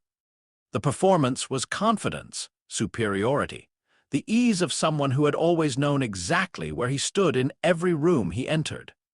The thing beneath the performance was a boy of 11 who wanted, specifically, to be recognized as important by someone who also appeared to be important, and who had been taught that the way you achieved recognition was through establishing hierarchy early and maintaining it consistently. It was not, Harry thought, an unfamiliar structure. He had grown up watching it in the Asgardian court, where half the interactions between nobles were precisely this, the establishment of relative position through small rituals of deference and acknowledgement. He was not contemptuous of it. It was a rational system, if limited, but he was also not going to take the hand, not because he disliked Draco Malfoy, who he had known for approximately 40 seconds, because he did not yet know what taking the hand would mean in this world's specific social architecture, and until he knew what a gesture cost, he preferred not to make it. Loki's lesson, don't spend what you don't understand yet. Harry, he said. He didn't extend his own hand. Draco Malfoy's hand stayed where it was for 1 beat longer than was comfortable, and then withdrew. His expression did not change in any way that someone less attentive than Harry would have noticed, but in the small ways that Harry had learned to notice: the fractional shift in the set of his jaw, the slight recalibration behind his eyes. He was updating his model of the situation. "You were raised abroad," Draco said. A statement, not a question. He had done his research, or someone had done it for him. "Yes." "Where?" Harry looked at him without answering immediately. Not rudely, he did not let it go long enough to be rude, but long enough that Draco would register, without being able to articulate why, that the question's assumption had been assessed and found to carry more than it was worth. "Far away," Harry said. Ron, who had woken up at some point in the last 30 seconds with the quiet watchfulness of someone who had several brothers and had learned to come back to consciousness without announcing it, was looking at Draco Malfoy with an expression that contained a great deal of information about the Malfoy family's history and Ron's family's feelings about it. Draco looked at Ron. His expression managed, without a single specific change, to communicate that this was not interesting to him. "Hogwarts will be different for people like you and me," he said to Harry. "People from the right families. There are things you should know about the school about who's worth knowing." "I'm still forming opinions," Harry said pleasantly, another small recalibration. Draco Malfoy was not stupid. Harry noted this with the precision he brought to noting useful information. He simply had a framework, inherited and comprehensive, that he was applying to every situation he entered. And the framework did not currently have a good slot for someone who was neither deferential nor hostile. He would find one eventually. People with comprehensive frameworks always did. They just had to find the right category. "Well," Draco said, "I'll be seeing you at Hogwarts then." "Yes," Harry said. "You will." Draco left, his companions following, and the door slid closed, and Ron looked at Harry with an expression that seemed to be deciding between several things to say. "His father's," Ron started. "I know," Harry said. He had read Loki's research. "It's all right." "You didn't shake his hand." "Not yet." Ron processed this. "Not yet," he repeated, and something in his expression suggested he found this genuinely interesting in a way he hadn't expected to find anything about Harry interesting, and was now revising his projections upward. The train moved through the darkening evening, and England became hills, and then Scotland, and the hills became mountains.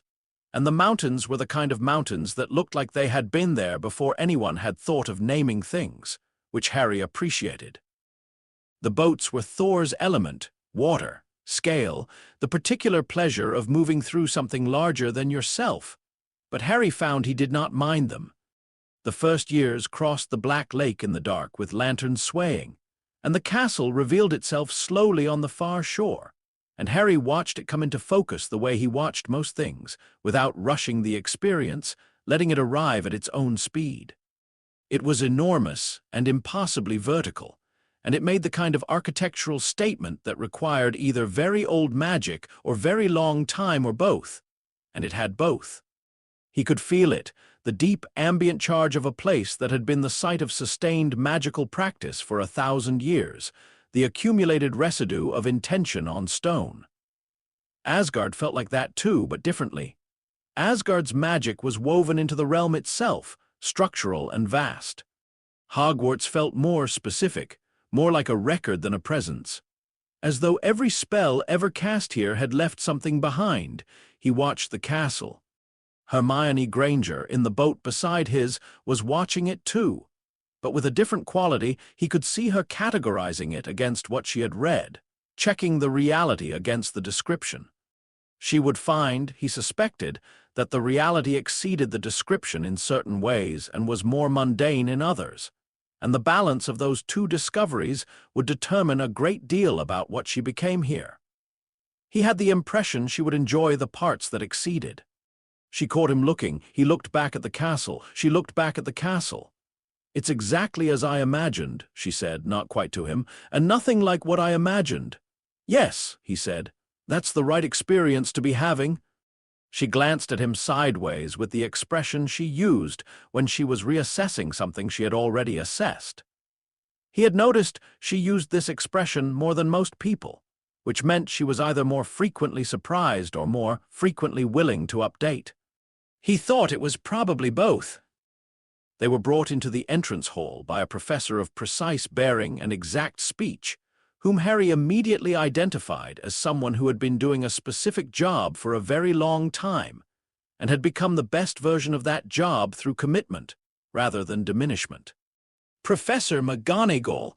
She looked at the assembled first years with the quality of someone who had looked at many groups of 11-year-olds and had developed, over decades, a comprehensive understanding of what 11-year-olds were capable of and what they were not, and was prepared to be pleasantly surprised by either. She looked at Harry slightly longer than she looked at the others. He looked back, pleasantly, and waited. She moved on. The great hall was overwhelming in a sensory way. The candles, the ceiling beamed with what Hermione would later identify as the open sky. The 4 long tables crowded with hundreds of students. Harry walked in with the other first years and assessed it the way he had been taught to assess rooms. Exits, sight lines, where the power was concentrated, what the ambient noise level told him about the overall emotional temperature of the space. He did this in approximately 3 seconds, and then allowed himself to simply experience it, which Frigga had also taught him. That assessment did not preclude presence, that you could know a room and still be in it. Then the Sorting Hat began to sing. He listened to the song with genuine interest. It was a competent piece of performative exposition. It communicated the properties of each house in a form the audience would retain, which was the primary function of any communicated information. And it did so through meter and rhyme, which were excellent mnemonic tools. Loki would have had opinions about the craft. Harry simply listened and updated his understanding of the 4 options he was about to be presented with. The names were called alphabetically. He stood in line and watched. The process was more interesting than he had expected. The hat did not simply announce a house. It engaged, which the students seemed partly aware of and partly surprised by. He could not hear what it said to any of them, but he could see, in the quality of their stillness while it was on their heads, whether they were receiving information or arguing with it, and most of them were doing one or the other. He thought about which he would do. Potter, Harry. He had known this moment was coming. He had known it specifically and had prepared for it, which was different from being prepared for it. Preparation in advance and the actual arrival of a thing were separate experiences. And he had learned this through years of sparring matches where he understood what was coming and still felt it when it did. The room was entirely silent. He had not fully appreciated, until this moment, how silent an enormous room full of people who had stopped breathing could become. The sound that fell over the great hall when McGonagall called his name was not quiet exactly. It was more like the temporary suspension of noise while the room reorganized around new information. He walked to the stool. He sat down. He picked up the hat from McGonagall's hands and put it on his own head, which he did not do slowly, and he did not do with visible hesitation, because visible hesitation would have been a performance, and he did not feel like performing for the room right now. The hat dropped over his eyes. Darkness. Then, the voice was nothing like he had expected. He had anticipated something external, some mechanism of assessment, a question and answer, a process. Instead, the hat's voice was internal, intimate, the quality of a thought that was not quite his own. It was also, he noted, a voice that had clearly been doing this for 1,000 years and had encountered essentially everything, and had developed an extremely specific reaction to encountering something genuinely new. It seemed, in that first moment, surprised. "I have not," it started. Then stopped. He felt it orienting, the way you feel someone orienting in a room when they come in from bright light. There are 3 traditions in here. I have never encountered that. I have encountered 2 many times, and the result is always interesting. But 3, he waited, Frigga's patience.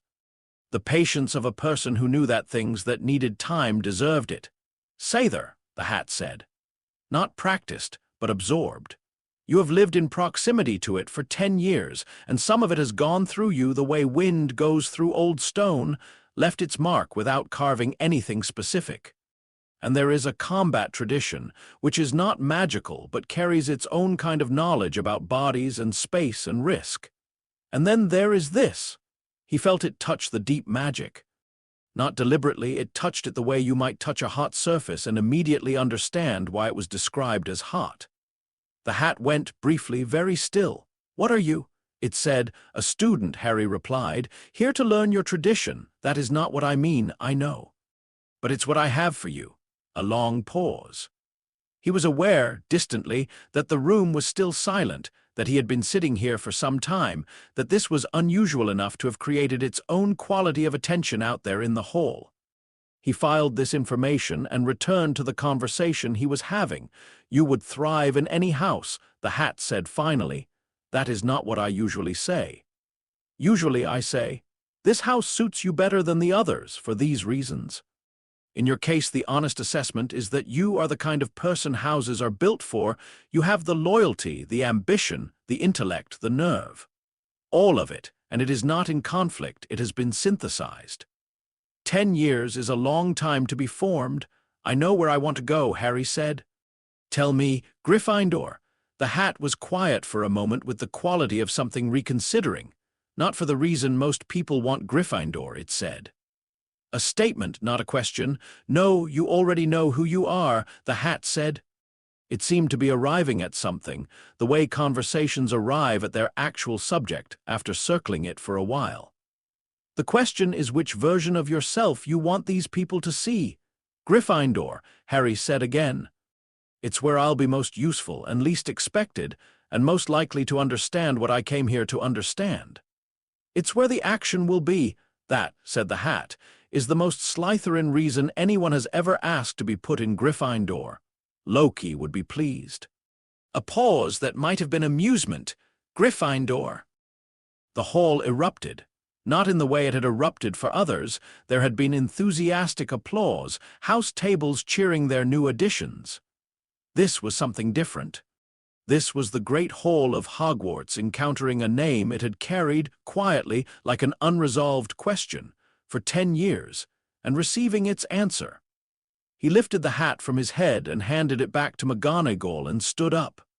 The Gryffindor table was clapping, genuinely clapping, with the full-bodied enthusiasm of people welcoming something they had been told was important, but what he noticed was the other tables. Ravenclaw, examining him with the specific attention of people who were recalibrating assessments. Slytherin, quiet in a way that was its own kind of noise, the collective stillness of people processing new information and not wanting to reveal their processing. Hufflepuff, warm and genuine in the way that Hufflepuff appeared from this brief exposure to be warm and genuine as a default setting. And everywhere, at every table, among students who were old enough to know the name. The small, specific silence of people who had been told a story for 10 years, and were now looking at the person in the story, and finding that the person was not quite what the story had prepared them for. He walked to the Gryffindor table and sat down. He did not look overwhelmed. He did not look for approval. He was not performing composure. He was simply composed, which was a different thing, and apparently rarer than he would have expected, because Ron, who materialized at his elbow a few minutes later after his own sorting, looked at him with something between admiration and bafflement. "You were up there forever," Ron said. "I know. It usually takes about 10 seconds. "I know." Ron waited for more. Harry picked up his fork. The food had arrived, another piece of considerable magic, the mechanics of which he was genuinely curious about. And it was excellent in the substantial, committed way of a kitchen that understood its purpose, was to sustain large numbers of people through significant intellectual effort. Across the table, Hermione was asking Percy Weasley, Ron's brother, a prefect, visibly proud of both facts, about the exact mechanism by which the food appeared. Percy was explaining. Hermione was listening with the quality of someone already looking for the flaw in the explanation. Harry ate his dinner and listened to everything. The first week was the work of integration, taking what he knew and finding where it fit, which was a different skill from learning, and one he had more practice with. Transfiguration was elegant. Professor McGonagall demonstrated the conversion of her desk into a pig with the ease of someone for whom this was entirely routine. and the class watched with a range of reactions from impressed to alarmed. Harry watched the mechanism, the specific relationship between intention and result, the role of the wand in focusing the transformation, and found that it communicated with Frigga's teaching in a way he had not anticipated. Frigga had taught him to feel the deep nature of things before acting on them. Transfiguration, it seemed, was the discipline of understanding what a thing was in order to make it into something else. The theory was different, but the instinct was the same. He turned his matchstick into a needle on the third attempt, which was not the fastest in the class. Hermione managed it on the first attempt, which McGonagall acknowledged with the particular form of restrained approval that appeared to be her version of enthusiasm, but which he managed cleanly, without the hesitation that characterized most of his year's efforts. McGonagall looked at his needle and then at him and said nothing, which he had learned in 1 week was the Hogwarts equivalent of genuine praise. Potions was patience work. He had not known this in advance, but he recognized it immediately.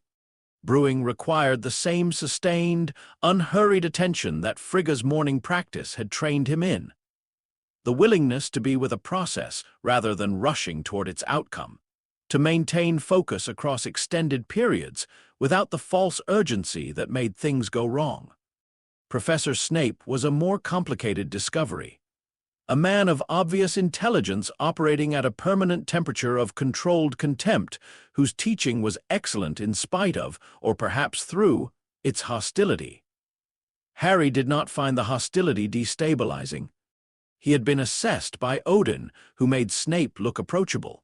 He was not, however, prepared for the quality of attention Snape turned on him. It was not the attention of the rest of the school, which was curious and biographical. They were looking at him as the story's answer, trying to reconcile what they had been told with what they saw. Snape's attention was different. It was the attention of someone who had known the name Harry Potter before Harry Potter was a name people said reverentially, and who held something about that history that he carried privately in the way of unresolved things. Harry did not know what it was yet. He filed it as information to return to. He answered Snape's opening questions directly, without performance, which appeared to disturb something in Snape's established expectations. He was not certain whether Snape had expected incompetence or arrogance, but he had expected something, and Harry's simple directness was apparently not it. Defense against the dark arts was the most interesting class. He had known this in advance, which was different from finding it interesting for the reasons he had anticipated. He had anticipated it being interesting because the subject matter, the theory and practice of magical defense, would engage with training he already had. It was interesting for an entirely different reason, which was that the teacher was afraid. Professor Quirrell was afraid in the way that people are afraid when they are afraid of something that is very close to them, specifically and immediately. Not the ambient social anxiety of someone who found teaching difficult, not the professional nervousness of a new instructor. This was something older and more animal, the fear of a thing that knew exactly what it was frightened of and was frightened of it all the time, continuously, without relief. He wore a turban and he stuttered, and he told engaging stories about his year abroad, and all of these things were real. They were not entirely performance, but they existed alongside something that Harry could feel the way he had learned to feel the deep magic in himself. As a presence rather than a perception, Quirrell smelled wrong. That was the closest he could come to it in the first week, and it was not quite right. It was not a smell exactly, or not only a smell. It was the way the air around him had a quality it shouldn't have. A specific resonance, wrong in the way of something that was two things at once when it should only be one. He said nothing. He watched. He was good at watching. It was, perhaps, the most comprehensive gift his childhood in Asgard had given him. The ability to take information without declaring it, to observe without announcing the observation, to learn the shape of a thing by watching it move rather than by examining it directly. He had learned this from all three of his brothers in different ways, from Odin the patience, from Loki the method, from Thor the willingness to let time pass without filling it. He watched Quirrell throughout that first defense lesson, and Quirrell did not notice him watching, which was information in itself. He wrote to Loki on the Sunday of the first week, in the quiet of the Gryffindor common room when most of his yearmates had gone to bed or were in the last stages of trying to befriend their new house companions. He sat in a chair near the window and wrote carefully in the small, precise hand that Loki had taught him, thinking about what to say and then saying exactly that. The magic here is elegant but small. He paused over the sentence, aware that it could be misread. I don't mean this as an insult. I mean it the way you taught me to mean it, precisely. The traditions are sophisticated and the theoretical frameworks are well developed, but they operate within a contained understanding of what magic is. The deep structure doesn't extend very far.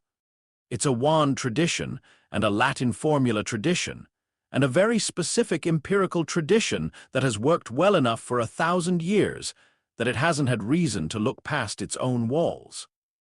The best practitioners feel the limits occasionally and go toward them.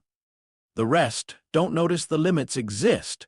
Transfiguration is Frigga's patience work applied to object relations. Potions is patience work applied to chemistry with a magical catalyst.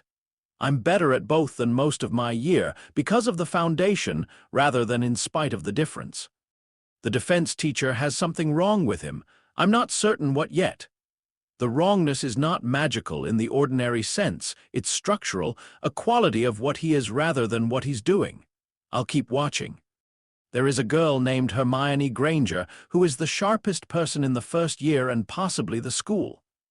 She approaches magic empirically, which none of the other students do. They approach it by feel or by rote. She argues with books. She's going to be either very useful or very dangerous, and probably both. There is a boy named Ron Weasley who knows every piece of social context I am missing. He grew up in this world and he can translate it. I trust him more than I expected to after 1 week. The wand is, he thought about how to describe this. The wand is not separate from the magic I already have. I expected it to be a different tradition, a new system I would need to graft onto the existing framework. It isn't. It resonates with the deep magic. It is not a channel for it. The deep magic doesn't work through channels, but they recognize each other, which means I can use the wand for one kind of work, and the deep magic is present underneath, which makes certain things much easier and certain things completely different from how the books describe them. Loki's lesson, the one about casting with intent rather than wrist, I tried it in charms.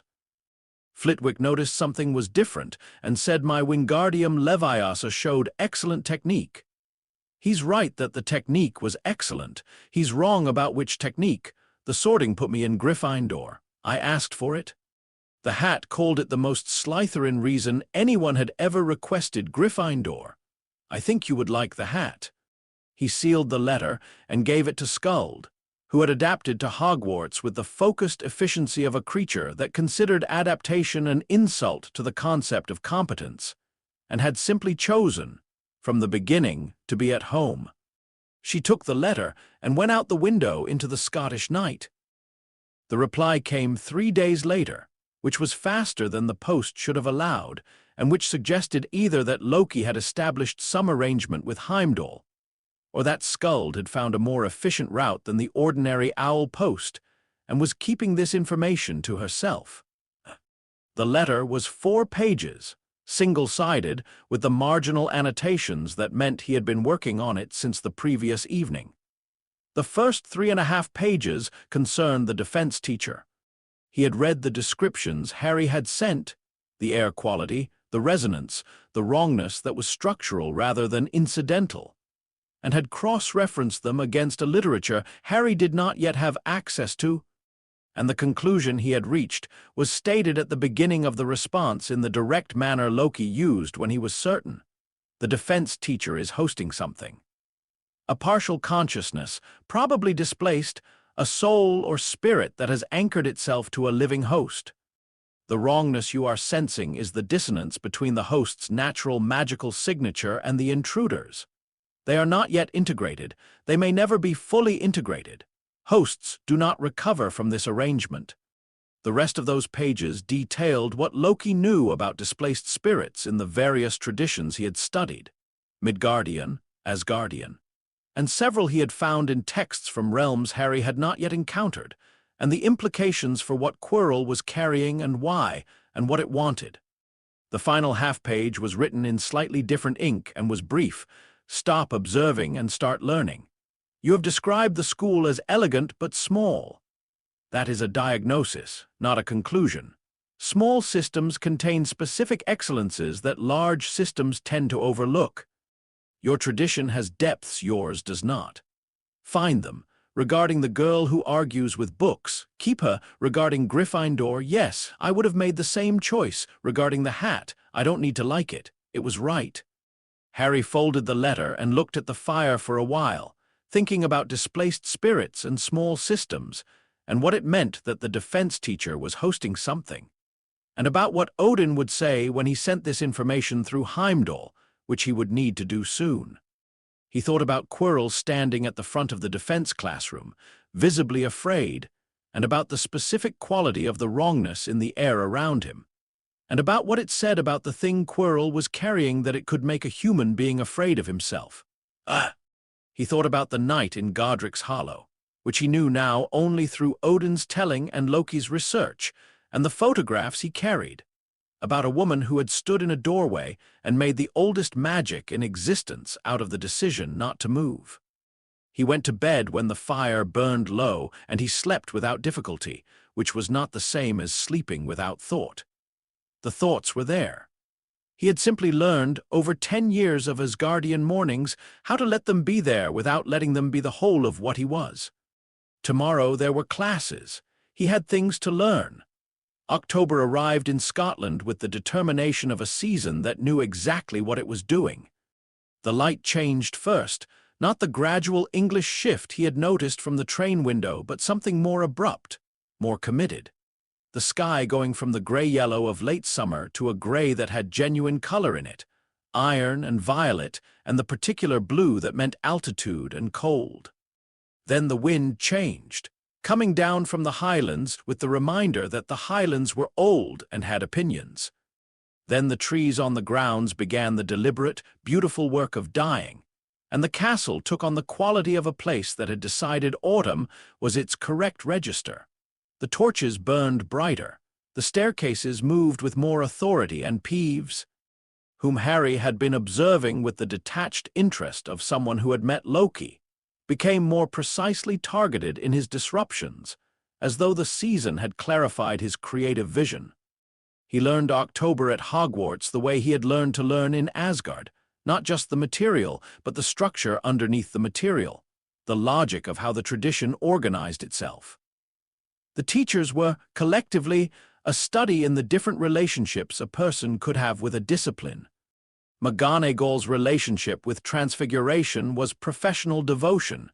She was the discipline, insofar as a person could be a discipline, and she taught it accordingly, with the clarity of someone who had passed through all the interesting confusion and come out the other side into comprehensive understanding. Flitwick's relationship with Charms was love, uncomplicated, reciprocal, the love of a person who had found the exact right thing early and had spent a career being proved right about it. Snape's relationship with potions was something more complicated and interesting. The relationship of someone who understood a thing so completely that the understanding had become a kind of loneliness, because there was almost no one who could follow him to where he had gone with it. Harry understood all three of these relationships. He had watched Odin with governance, Frigga with the deep magic, Loki with sorcery. He knew what it looked like when someone had made a discipline their home. What he was building for himself was different. He was not making a home in any single tradition. He was making a map of how the traditions related to one another, where they agreed and where they diverged, and where the divergence revealed something interesting about the deep structure beneath all of them. Hermione Granger was doing something similar, and this was why their friendship took the form it took. He noticed it first in early October, when she appeared beside him in the library with 3 books already open and the specific expression of someone who had found a problem, and was angry at the books for not solving it faster. She had been working on the theory of switching spells. They had been introduced in Theory of Magic, which was a class he found genuinely useful, because it was the one class that tried to explain the underlying framework rather than just the applications. And she had identified what she believed was an inconsistency in the standard account. The standard model says intention shapes the magical output, she said, without any particular introduction, because she had decided somewhere in the previous 3 weeks that with Harry introductions were a waste of time they could both be using differently. But that can't be the whole mechanism, because if intention were sufficient, untrained magical children wouldn't produce unpredictable results. They have intentions, often very clear ones. Something else is governing the translation. Focus and formula, Harry said. He was reading something else, but he had the same conversation tracking capability that years of Loki's education had developed, the ability to follow multiple threads simultaneously without losing any of them. The wand focuses intention, the verbal component provides a specific shape for it. Without the shaping, raw intention produces the accidental magic. With the shaping, it produces the deliberate kind. But then, what is the wand actually doing? She had a pencil. She preferred pencils to quills, which Harry also preferred, which had made them objects of mild social comment from Ron, who appeared to find this preference faintly eccentric. If intention is the power and the verbal component is the shape, the wand is, what? A catalyst? An amplifier. The books describe it 3 different ways, and all 3 ways are simultaneously being used as though they're equivalent. They might all be partially correct, Harry said. Partially correct is imprecise. Most models are imprecise in some direction, he said. The question is whether the imprecision matters for the use you're putting them to. He paused, because he was also thinking about this, and the thought was interesting enough to deserve the pause. There's a tradition I grew up adjacent to that uses magical foci differently, no verbal component. The focus is more like a tuning instrument than an amplifier. You shape the intention directly, and the focus helps it find the right frequency. He picked up his quill. Different mechanism, similar results, which suggests the results don't require the mechanism to be exactly what any single tradition says it is. Hermione looked at him with the expression she used when she was reconsidering a model she had been fairly committed to. You grew up adjacent to a non-wand tradition. Yes. Which one? He looked at her over his book. She looked back with the forthrightness of someone who considered asking questions a virtue and received it as such. Far away, he said. You say that, she said, and I believe you mean it, but far away is a location descriptor, not a tradition descriptor. What kind of magic? The kind that precedes the theoretical frameworks, he said. The kind the frameworks are all trying to describe. She was quiet for a moment, which for Hermione meant she was processing something rapidly and had temporarily suspended speech to allocate the capacity. That's not nothing, she said finally. That's actually quite a large claim. I know. Can you demonstrate it? Not here, he said. Not usefully. The application is different enough from what you're learning that the demonstration would confuse rather than clarify. He paused. But the framework translates. That's what's useful. She looked at him for another moment with the expression she used less than her other expressions, the one that meant she had filed something as genuinely important and was choosing to let it rest there rather than pushing on it immediately. It was the best expression she had in his estimation. Most people with her kind of intelligence pushed until they had everything, which meant they missed things. She had learned or was learning to wait. Fine, she said, and opened the 4th book. They worked together in silence for the better part of an hour, which was the shape their best work took, parallel rather than collaborative, each following their own thread while sharing the ambient presence of someone else doing the same kind of work at the same kind of intensity. Ron appeared occasionally in this kind of work, and he was useful in a different way. He knew things they didn't know, context they were both missing, the texture of what it felt like to grow up in this world. When Hermione said something that was technically correct but socially illiterate, Ron translated.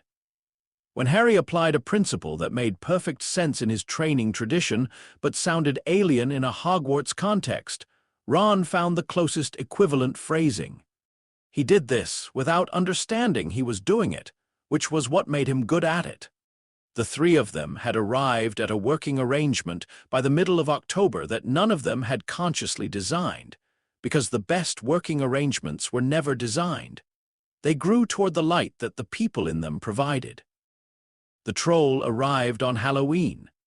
He heard about it from the corridor, a first year whose face had the specific white quality of someone who had just received information too large for ordinary reception. Harry filed the information. Troll in the dungeons, Halloween feast, general evacuation, and joined the movement of students away from the Great Hall, while simultaneously tracking the prefect's directions and the direction from which the information had originated and what was not being said in the shouted instructions. He found the discrepancy immediately. The girls' bathrooms. He said to Ron, "Hermione didn't come to the feast." Ron stared at him. "How did she didn't come? She was upset." He had noticed it at lunch, the particular quality of her absence, which had the shape of something rather than nothing. Hermione was not a person who removed herself from spaces without reason, and the only reason he had identified was a comment Ron had made before the feast about her being insufferable. Ron was already aware of this. He was wearing it on his face. "Come on." He found the troll before they found Hermione. It was in the corridor outside the girls' bathroom on the first floor, which was the wrong floor for the dungeons, which meant either the information about the dungeons had been wrong or the troll had moved. And trolls were not, by any tradition he had studied, subtle navigators, which suggested the second option. It was approximately 12 feet tall, and it smelled extraordinary, not badly exactly, but with the overwhelming specificity of something that existed at a scale where smell was simply a larger experience than ordinary smell. It was carrying a club. It was not moving very fast. Harry assessed. He did this in approximately 2 seconds. The troll's movement pattern, its response speed, the layout of the corridor, the relative position of the bathroom door, the weight of the club, and how that affected the swing arc. Whether the troll was aware of them yet. What Hermione's position inside the bathroom likely was relative to the threat. He pulled his wand. Wingardium Leviosa on the club, he said to Ron, who was standing beside him with an expression that fell somewhere between terror and the specific courage that showed up in people after the terror reached a certain magnitude and had nowhere left to go. "Wait until I've drawn its attention toward me. Then lift it as high as you can manage. I'll move. You're going to ready?" Ron looked at the troll. He looked at Harry. He gripped his wand. "Ready," he said. What Harry did next was not strictly Hogwarts magic. It was not a spell. It was the product of 10 years of training in how to be something that a large opponent could not quite locate. The principle he had spent that summer on the Asgardian shore beginning to embody. The skill of being somewhere the threat wasn't before the threat had finished arriving where it was. He moved when the troll moved, and the troll moved when he made a sound, and the sound he made was calibrated to land at precisely the right angle for the troll's head to track toward it without its body having time to follow. He kept moving. He did not move fast enough to exhaust himself and not fast enough to get ahead of what he needed to observe. The troll swung. The club came around in a wide arc. Ron lifted it. The club went up. The troll looked at where the club was, which was now approximately 9 feet above where it expected the club to be. This appeared to be information it found confusing. In the moment of its confusion, Harry moved around it and hit the bathroom door and called through it. "Hermione, move away from the far wall." Now, she did. He heard it, the immediate sound of someone who had decided to trust the instruction, which was a decision made faster than thought. The troll, now turning toward his voice, had lost track of the club. Ron dropped it on the troll's head, which produced a sound he expected he would remember for some time. The troll sat down heavily, made a sound that suggested genuine feelings about the club, and stopped moving with the sudden comprehensive stillness of something that had been simply switched off. He stood for a moment. Then he helped Hermione out of the bathroom, which she exited in a state of controlled shock, that specific form of shock where the mind is still processing what happened while the body has already started managing the aftermath. She looked at the troll. She looked at Harry. She looked at Ron. "Are you all right?" Harry asked. "Yes," she said, and then, because she was Hermione, "What spell did you use on it?" "Ron used Wingardium Leviosa on the club. I used movement." She looked at him for a long moment. He had seen that expression before. She had used it in the library, but this version was more acute, less academic. She was looking at him the way you look at something when you realize that what you thought it was and what it actually is are different enough to require a fundamental revision. "Movement," she said. "Yes, not magic, not wand magic."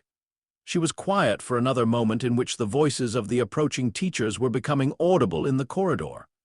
"That requires training," she said. "Extensive training, specifically for that kind of—" She stopped. She started again. "Where are you from?" "Far away," Harry said. She looked at him. "Fine," she said, which was the word she used when she had decided to accept an answer she found insufficient because the alternative was continuing to push on something that wasn't going to move. It was not defeat. It was allocation. McGonagall arrived. Snape arrived. Quirrell arrived, and Harry noticed, in passing, the quality of the wrongness around Quirrell in this context, which was different from the classroom version. The wrongness was more present when Quirrell was agitated, which suggested it responded to his emotional state, which told Harry something about its nature and how long it had been there. He filed this and answered McGonagall's questions directly and honestly and said nothing about the part that had not been wand magic. McGonagall gave them 50 points between the three of them. She appeared to decide, in the way of someone choosing where to spend her professional energy, that the outcome was what mattered and the methodology was something she would return to later. She did not return to it. He suspected she had decided not to. Quidditch was not what he had expected. He had expected something like combat on broomsticks, which was roughly accurate, but the part he had not fully anticipated was the way the game operated at multiple simultaneous scales. The chaser's work, which was tactical and collaborative, the beater's work, which was reactive and physical, and the seeker's work, which was something else entirely, something more like the kind of attention Odin had described in the High Observatory, watching without focus, waiting for the thing to reveal itself. He had tried out for the Gryffindor team because McGonagall had asked him to, which in her case was functionally indistinguishable from an instruction. And he had flown the borrowed school broom with the ease of someone for whom physical competence in 3 dimensions was simply part of what he was. The Gryffindor captain, Oliver Wood, had watched with an expression of increasing delight that he had tried and failed to moderate. The thing with the Remembrall had been an impulse. He had seen it fall, he had gone after it. The dive had been straightforward, but he understood, from Wood's reaction, that what had looked straightforward from inside had looked considerably less so from outside. In his first match, he sat on his broom at height and watched. This was the thing that none of the other seekers he observed appeared to do. They moved constantly, scanning, chasing every flicker of gold light, spending enormous effort on false positives. Harry sat at height and watched the whole field, and let the snitch be something that was somewhere rather than something he was looking for. He had been taught the difference between searching and watching, Frigga's distinction, which she had drawn first when she was teaching him to feel the deep magic, and which turned out to apply to almost everything. Searching imposed your expectations on what you were looking for. Watching let the thing show you what it was. The snitch revealed itself to him 40 minutes into the match, and he was on it before the other seeker had processed that the flash of gold she had glimpsed in a different sector was not where it was anymore. He wrapped his hand around it. The crowd did something he had not expected, which was to make a sound that he felt rather than heard. The combined physical sensation of 700 people making the same noise at the same time. A sound that had temperature and weight. He sat on his broom with the snitch in his hand and listened to it, and was surprised, for the first time in recent memory, by his own reaction to it. He had not expected it to matter that much. It was not glory. He had no particular need for glory, having grown up in a court where glory was ordinary. It was something more specific, more Hogwarts-shaped. The feeling of having done well in a context he was still learning, of having offered what he had and found it sufficient in a way that the context could recognize. He put this information in the same place he put other information that would take time to fully understand. Loki came in November. He came through a mirror, a small hand mirror that Harry had found on his bed one morning with a note that said only look at it when you are alone and say my name, which was such a Loki instruction that he had felt, reading it, briefly and completely at home. He had waited until the dormitory was empty and then sat on his bed and looked at the mirror and said, "Loki!" The mirror showed him for a moment his own reflection, then Loki. He looked exactly as Harry had last seen him, which was both obvious. It had only been 3 months, and somehow surprising. Time at Hogwarts had a different quality than time in Asgard. It was compressed and specific and full in a way that made 3 months feel longer. Loki looked at him through the mirror with the assessing expression that Harry recognized as his default, and then looked at the room behind Harry with the expression of a person cataloging an environment. "Your dormitory is very small," Loki said. "Most Midgardian spaces are." "Yes." He appeared to decide the dormitory was below the threshold of further comment. "Show me your charms work." "Now, I have an hour. Show me," Harry showed him. He cast several of the standard first-year charms with the competence he had developed over the preceding months: Wingardium Leviosa, Lumos, Alohomora, several others. And Loki watched with the focused attention he brought to watching things, which was absolute and undecorated by any expression that might have told you what he was thinking. When Harry finished, Loki was quiet for a moment. "You're casting with your wrist," he said. Harry had been expecting praise, or at least acknowledgement. He looked at the mirror. "I'm casting correctly," he said. "My technique is technically correct for their tradition," Loki said. "I'm not criticizing the technique, I'm identifying the location." He put his hands together in the specific gesture he used when he was about to make a distinction that mattered. "The wrist is translation. You are taking intent, passing it through the verbal formula, routing it through the wrist's movement, and delivering it via the wand. That is 4 steps. Their practitioners use 4 steps because they need 4 steps. The framework requires it for the magic to work through their system. That's how wand magic works. That is how wand magic works for wand magicians," Loki said. "You are not, in your deep structure, a wand magician.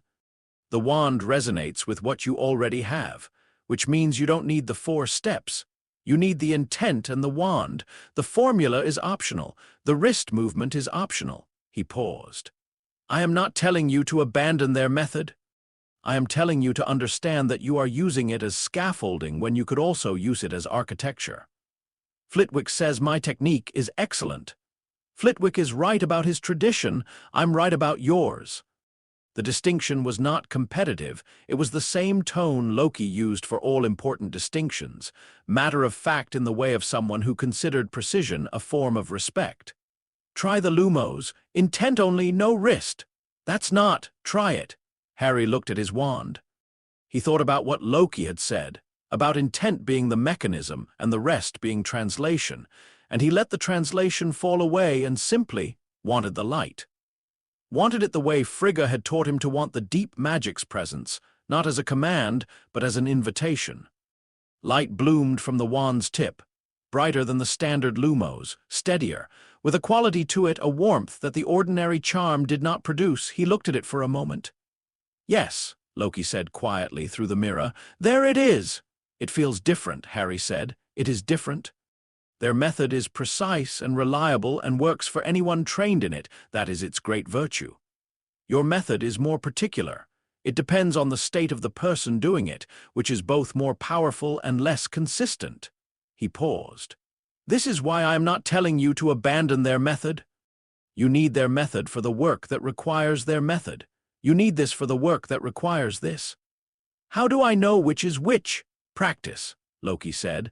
which was his answer for most questions about skill, and which Harry had stopped finding unsatisfying approximately 3 years ago. "Now show me the charm's homework you're submitting tomorrow." Harry showed him.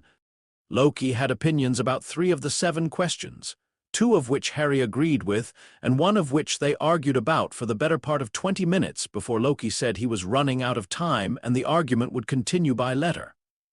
"How is the defense teacher?" Loki asked at the end. "Still wrong," Harry said. "Worse, maybe. He's been in the corridors more at night. The wrongness is stronger in some rooms than others, specifically on the 3rd floor." "The 3rd floor," Loki said. "Yes, something is being kept there." "Yes, and you haven't gone to look." "Not yet," Harry said. "I'm still building context. I want to understand what's there before I go near it, not after." Loki's expression shifted by a fraction in a direction that Harry had learned to identify as approval, which Loki expressed approximately the way Odin expressed warmth, not visibly, but in the texture of the absence of criticism. "Good," he said. "Right when you know more." The mirror cleared. Harry sat on his bed in the small dormitory and looked at his wand for a while, thinking about intent and translation and the difference between the scaffolding and the thing itself. He discovered the Patronus charm by accident at the end of November, in a classroom that was empty because the 3rd year who had booked it for study had evidently forgotten to show up. He had been reading independently. Hermione had recommended a text on advanced protective magic, which she had framed as theoretical, but which he suspected she had found because she was tracking the same information he was tracking about Quirrell and the 3rd floor in her own way, by a different route. The text included a section on the Patronus charm, which was classified as advanced, and which the section's author described with the reverence that texts in this tradition used for things that were considered beyond the ordinary reach of the practitioner. He read the description of the incantation. He read the theory, the happy memory as the mechanism, the concentration of positive effect as the fuel for the protective force.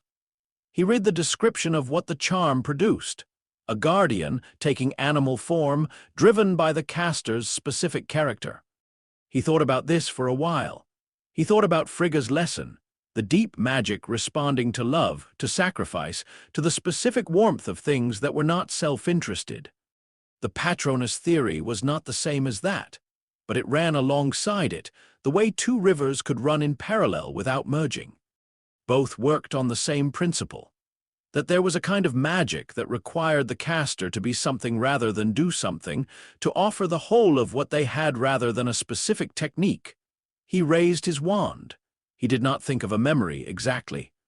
He thought of a presence, the feeling of sitting in Frigga's morning chamber with the gold light in bars across the floor, and the warmth of what she had shown him there, and the quality of being seen by someone who saw clearly and without distortion, and the way that it felt like something he did not have a Midgardian or Asgardian word for, though perhaps the word was simply safe.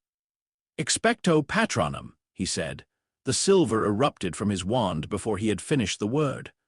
It erupted the way things erupted in Asgard, with scale, with commitment, without any apparent interest in being proportional to the space it was occupying. A stag, silver-white and enormous, standing in the empty Hogwarts classroom with its antlers nearly grazing the ceiling, turning its head to look at him with eyes that had no color but had a great deal of presence. Harry sat very still. The stag stood. It was absolutely quiet. The classroom held its breath, or seemed to. The ambient sounds of the castle went somewhere else. And there was just the stag, silver-white, looking at him with those eyes that were somehow both the most familiar thing he had seen in months, and something he had no name for. He had not known about the animagus tradition when he cast the charm. He had read about it since Hermione had mentioned it in passing in a conversation about Transfiguration's theoretical limits, and he understood, in principle, that some witches and wizards could take animal form. He did not know yet that his father had been one of them. He did not know what his father's form had been. He simply knew that the stag stood in the classroom and looked at him, and that looking at, it produced something in him that he was not certain he had vocabulary for. something warm and specifically located, not in the chest but slightly behind it, slightly deeper than ordinary feeling. He did not cry.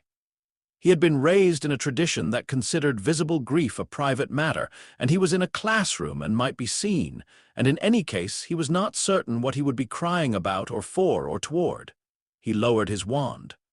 The stag stood for another moment, a moment that stretched slightly beyond its natural length, as though it had something else to communicate and was deciding whether to communicate it through means he had. Then it dissolved. He looked at the space where it had been for a while. Then he opened his book and continued reading. December brought the first deep cold and the announcement of the Christmas holidays, and the population of Hogwarts thinned as students went home. Harry wrote to Asgard and said he was staying. He had phrased this carefully, knowing that both Odin and Frigga would read it, knowing that Thor would need to be prevented from coming to collect him in person. He said he wanted to use the quiet of the castle, which was true. He said there were things he was following, which was also true. He said he would be home for the following summer without fail, which was the thing that mattered. He said, in a separate letter to Loki, "I produced a Patronus in November. It is a stag. I don't know what that means yet, but I think it's important." Loki's response: "Look up James Potter's Animagus form." He went to the library. He sat with the information for a long time afterward, in a quiet corner of a nearly empty Gryffindor common room, thinking about what it meant that his magic had known something before he did, and what it meant that the Patronus had looked at him with those eyes, and what it meant to carry something of a person you had never met in the structure of your own power. He also thought about Dumbledore, who had been watching him with increasing frequency and an increasing quality of intent.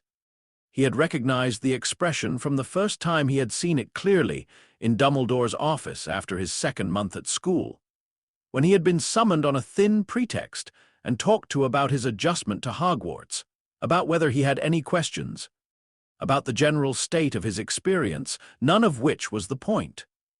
The point was the watching. He knew the expression. He had seen it on Odin's face, across dinner tables and training yards and the high observatory at night. It was the expression of a person who had placed something in a position on a board and was watching it develop, and was updating his model of what it might eventually become. It was not unkind. Odin's version of it was not unkind, and Dumbledore's version of it was not unkind. But it was the expression of someone who had a plan that involved you, and who was gathering information about how well the plan was going to work. He found it less alarming than he might have, because he had grown up understanding that powerful old men had plans, and the plans were not always wrong, and the thing to do was not to resent the plan, but to understand it well enough to navigate it. He also found it less alarming because Loki had warned him, and Loki was rarely wrong about the specific shapes of complicated people. He was watching Dumbledore watch him, and from behind the watching, he was also watching the third floor and Quirrell, and the specific worsening of the wrongness around Quirrell as the year went on, and the way the castle itself seemed to hold something in its lower chambers with the specific quality of something that was being guarded rather than simply stored. He was being patient. He was learning. He was, in the way that Frigga had taught him, not performing readiness but actually becoming it, not anticipating the event but growing toward it, waiting. The castle in Christmas week was a different kind of place. He had known it would be quieter. Most of Gryffindor had gone home, and the other houses had thinned similarly, and the corridors acquired the particular acoustic quality of large spaces with fewer people in them, the echo slightly longer, the ambient sound more specific. But what he had not anticipated was the quality of the quiet itself, which was not empty but dense, the quiet of a building that had spent centuries absorbing the energy of thousands of people and was now, briefly, settling into itself. Hogwarts at Christmas felt like a held breath. Ron had gone home apologetically, with 3 separate invitations for Harry to join them at the Burrow that Harry had declined with genuine warmth, and a reason that was true. He needed the time in the castle, and that was also incomplete in ways he did not entirely understand yet. Hermione had gone home with her parents, who had collected her from the station with the slightly dazed warmth of Muggle parents trying to understand what their daughter was becoming. Harry had watched the three of them walk away, and had noted, without fully processing it, how completely Hermione occupied the space between her two worlds.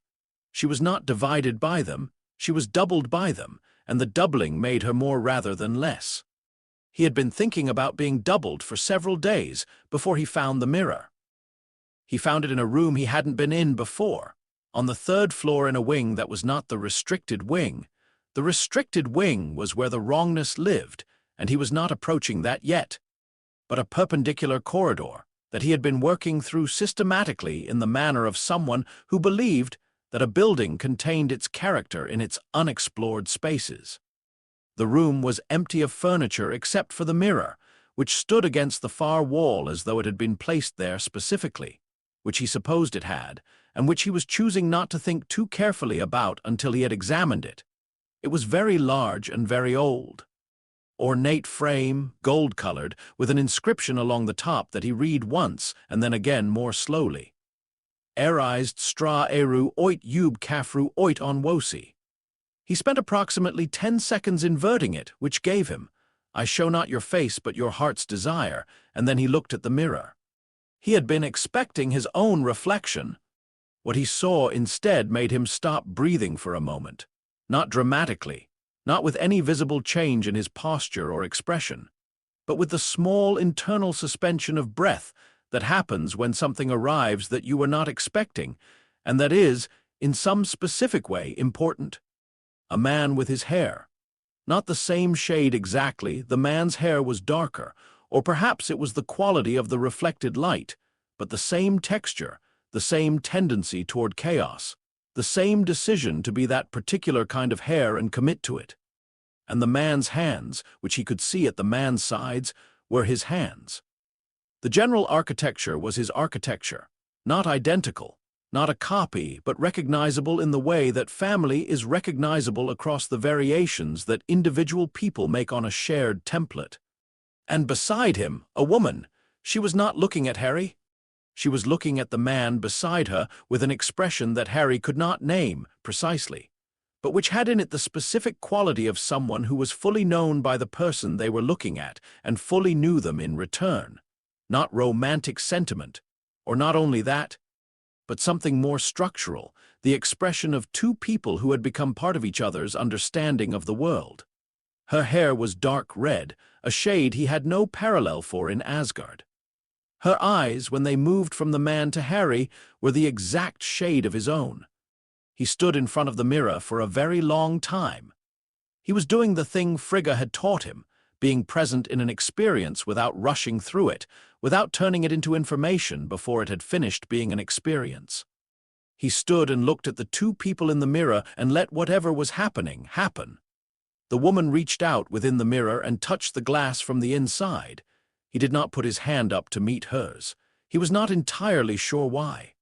He looked at her hand and then at her face and then at the man, who was watching him with an expression he could not read at this distance. A look that had something of Odin's watching in it, but warmer. The watching of someone who was seeing something they had wanted to see for a very long time, rather than someone assessing a strategic asset. He turned away from the mirror. He went back to Gryffindor Tower and sat at the desk in the empty dormitory and wrote to Loki. There is a mirror in the castle, he wrote. It shows the viewer their heart's desire. I have deciphered the inscription.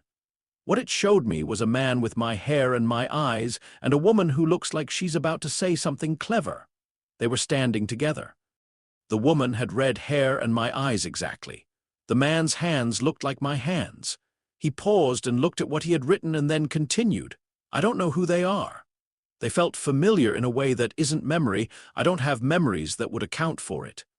Familiar in the way that Asgard felt familiar the first morning I woke there as something I had chosen rather than something I had been placed in. Who are they?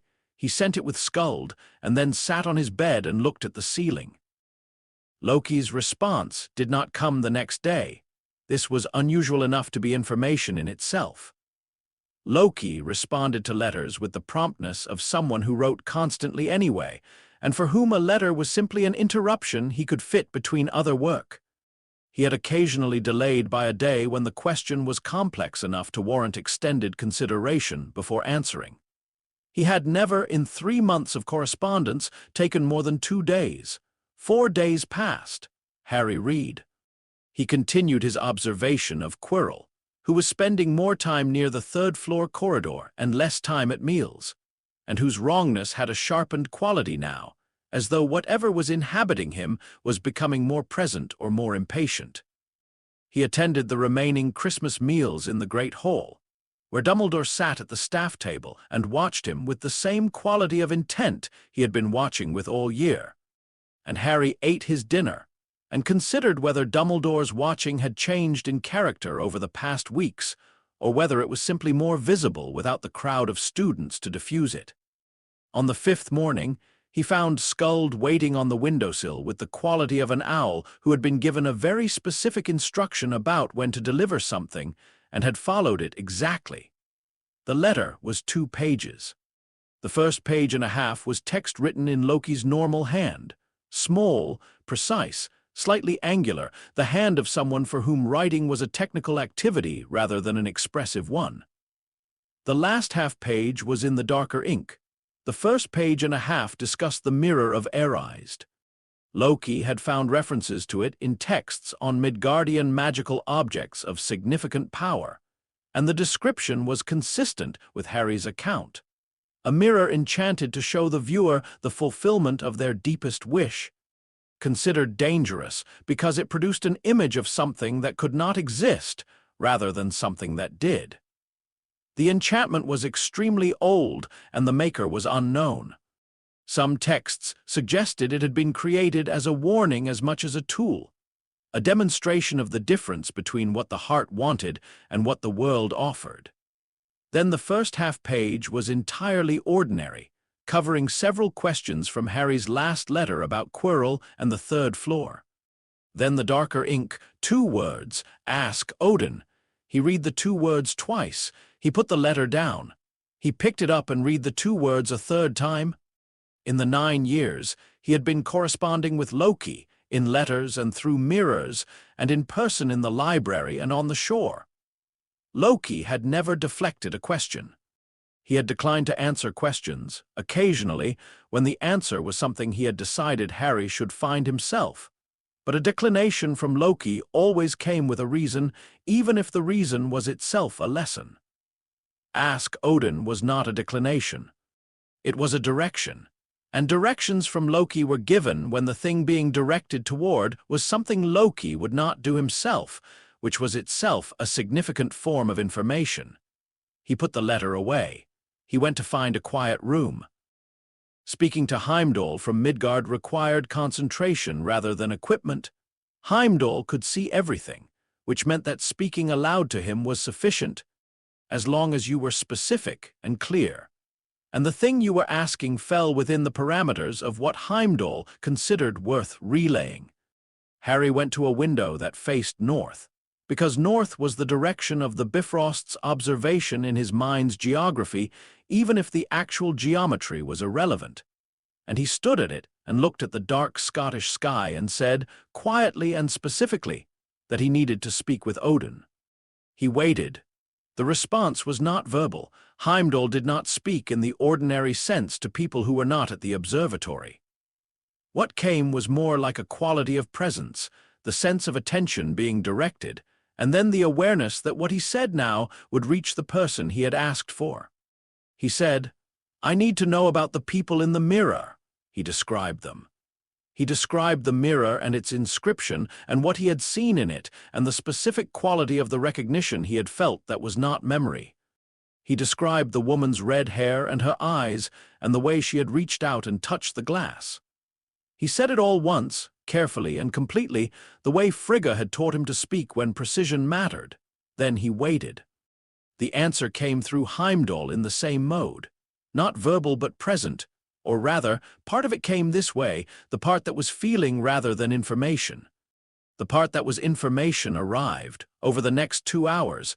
in a form he had not used since he was 9 years old in the observatory. The Odin form of telling, which was direct and complete, and without any shaping for comfort. But this time it came with something the 9-year-old version hadn't warranted. Odin had told him about his parents before. He had told him in that high observatory conversation about James and Lily Potter, who they were, how they had died, what their sacrifice had created.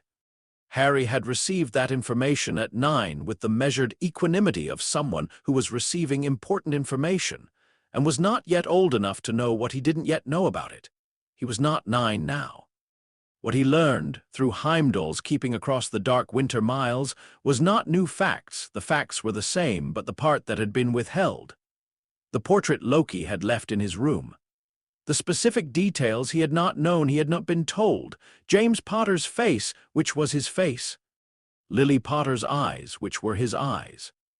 The specific configuration of their hands and their expressions, and the way they had stood together in every image that existed of them, together, specifically together, the way people stand when they have decided that together is the thing they are. He had seen all of this in the mirror without knowing it was them. His heart's desire, the mirror showed him, was his parents. He stood at the window for a moment. Then he said to Heimdall and through Heimdall to Odin one sentence. Did you think I would have been lesser for knowing? The silence that came back through Heimdall had a quality he had never heard from Odin before. It was not deliberation. Odin deliberated with a quality of active internal motion, even in silence, the sense of a mind working. This was different. This was the quality of a man who had been asked a question he did not have an adequate answer for and was, for the first time in a very long time, not attempting to construct one. Odin looked away. Harry knew it the way you know things that are communicated at a register below speech. Through the changed quality of Heimdall's keeping, through the slight shift in the nature of the presence, through everything that the absence of Odin's usual certainty told him. In all of Harry's 11 years, he had never made Odin look away from something. He stood at the window until the feeling had finished arriving. Then he went back to the mirror. He went alone in the evening when the castle's Christmas quiet was at its deepest. He brought no letter. He brought nothing except himself, which was all the mirror needed and all he had to offer it. He stood in front of it. James Potter stood in the mirror. Lily Potter stood in the mirror. They were exactly as they had been before, the same position, the same quality of light, the same expressions. But now he knew who they were, and the knowing changed the experience in a way he had anticipated, and which was still, when it arrived, larger than the anticipation. His father had his hands. His mother had his eyes. They were 21 years old in every image that existed of them.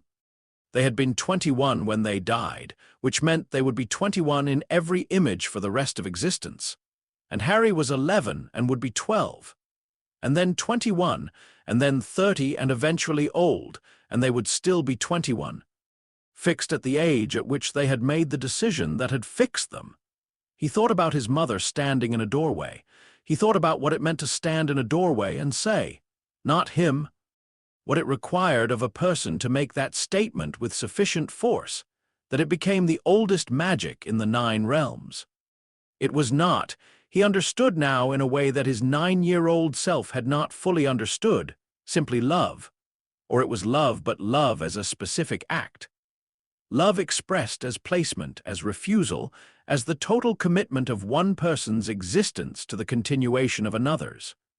It was love as sacrifice rather than love as feeling, and the distinction mattered because feeling could be taken from a person, but a sacrifice, once made, could not be unmade. His mother had made herself unmakeable. The woman in the mirror reached out again and touched the glass from the inside, and this time Harry did put his hand up. His palm against the glass, hers against it from the other side. The glass was cold. He stood like that for a while. He thought about Dumbledore, who had described this mirror as a trap, not to Harry specifically, but Harry had found the relevant passage in Hogwarts, a history, and in a secondary text about enchanted objects, and Dumbledore's opinion of the mirror was documented. It showed you what you wanted and could not have, and some people spent their lives in front of it, unable to leave. It was designed to illuminate, and the illumination destroyed certain people by showing them the precise shape of their loss. He took his hand away. He looked at his parents for another moment, at his father's hands, at his mother's eyes, at the expression on his father's face, which was the expression of a man who had wanted to see this for 10 years, and could not quite believe he was seeing it, which was more information than Harry had expected the mirror to give him. He turned around. He walked out of the room. He walked back through the quiet castle without stopping, without looking in the windows at the dark Scottish grounds, without pausing in any of the spaces that usually invited him to think. Through corridors and up staircases, and through the portrait hole, and to the desk in the empty dormitory, where he sat down and took out parchment. He wrote to Odin. He wrote it in 3 drafts, which was unusual. He was generally precise on the first attempt, but this required something that precision alone did not cover. He needed to say something true that was also incomplete in a way that he was authorizing rather than concealing, and that distinction required care. "I am not angry," he wrote. "I will be eventually. I think that's where this information needs to go at some point, because it deserves something larger than what I can currently feel, and anger is the correct size for it. But not yet. Not now. I think I understand the reasoning. I think the reasoning was wrong in a specific way that I will need to explain when we can speak properly. Not through Heimdall in person, when there is time. I think you were trying to give me myself before you gave me their story, because you were afraid the story would become the whole of what I was. I think you were right that the story is large enough to consume a person. I think you were wrong that I was the kind of person who would let it. But I am Odin's son, which means I know that the reasoning behind a decision and the rightness of the decision are not the same thing. And I am Frigga's student, which means I know how to hold 2 things at once without requiring them to resolve. The mirror showed me what I want most. Now that I know what it showed me, I understand what it means to want something that cannot exist in the form you want it. This is useful information. I walked away from it. I will see you in summer. He sealed it without a 5th draft and gave it to Skuld before he could reconsider any part of it. Hermione came back 3 days before term started. She arrived in the common room with her trunk and the specific energy of someone who had spent 2 weeks with her parents and was genuinely glad to see them, and was also genuinely ready to return to the place where her mind could run at full speed without any of the social modulation that families required. She found Harry in the chair by the fire, and she looked at him and she stopped. She had the quality, which he had noticed in October, of reading rooms before she entered them fully. She read him with the same capacity now, not the inventory taking of someone building a file, but the genuine attention of someone who was concerned about what they were seeing and was deciding what to do with the concern. She didn't say anything about what she saw. She set her trunk down. She unpacked. She made herself tea using a method she had developed that involved a kettle she had brought from home and which the castle's kitchen elves appeared to accept as a matter beyond their jurisdiction. She sat across from him. "The library was open," she said. "Did you use it?" "Yes." "I thought you would." She wrapped her hands around her mug. "I brought some books back. From home, my parents have a friend who collects obscure texts, and I wrote to him in November. I asked about several things." He looked at her. "Blood magic," she said. "Sacrificial protection." The theory of ancient binding, how very old magic adheres to a person over generations. Why some families carry it and others don't. What triggers it when it's dormant? She said it the way she said things she had decided to say, directly, without the hedging that most people used when they were delivering information that had an emotional dimension. "I thought they might be useful for understanding certain things." He took that in. She was not asking about the mirror, which she didn't know about. She was not asking about Odin or his parents or the specific form that the past 2 weeks had taken. She was doing the thing that was the Hermione version of care. She had noticed something had shifted. And instead of asking about the shift, she had gone and found the information that the shifted thing required, and she was handing it over. he had been more grateful for things in his life. He had been grateful for Frigga's patience and Loki's precision, and Thor's warmth and Odin's deliberate and costly honesty. But he was not certain he had been more grateful for a specific action than he was for the way Hermione Granger looked at him from across the common room fire and offered him books about sacrificial protection instead of asking how he was. "Thank you," he said.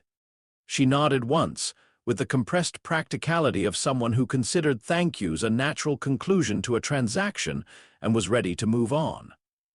"They're quite dense," she said. "The one on ancient binding is particularly difficult. The theoretical framework assumes knowledge I don't have yet. I thought you might have some of it."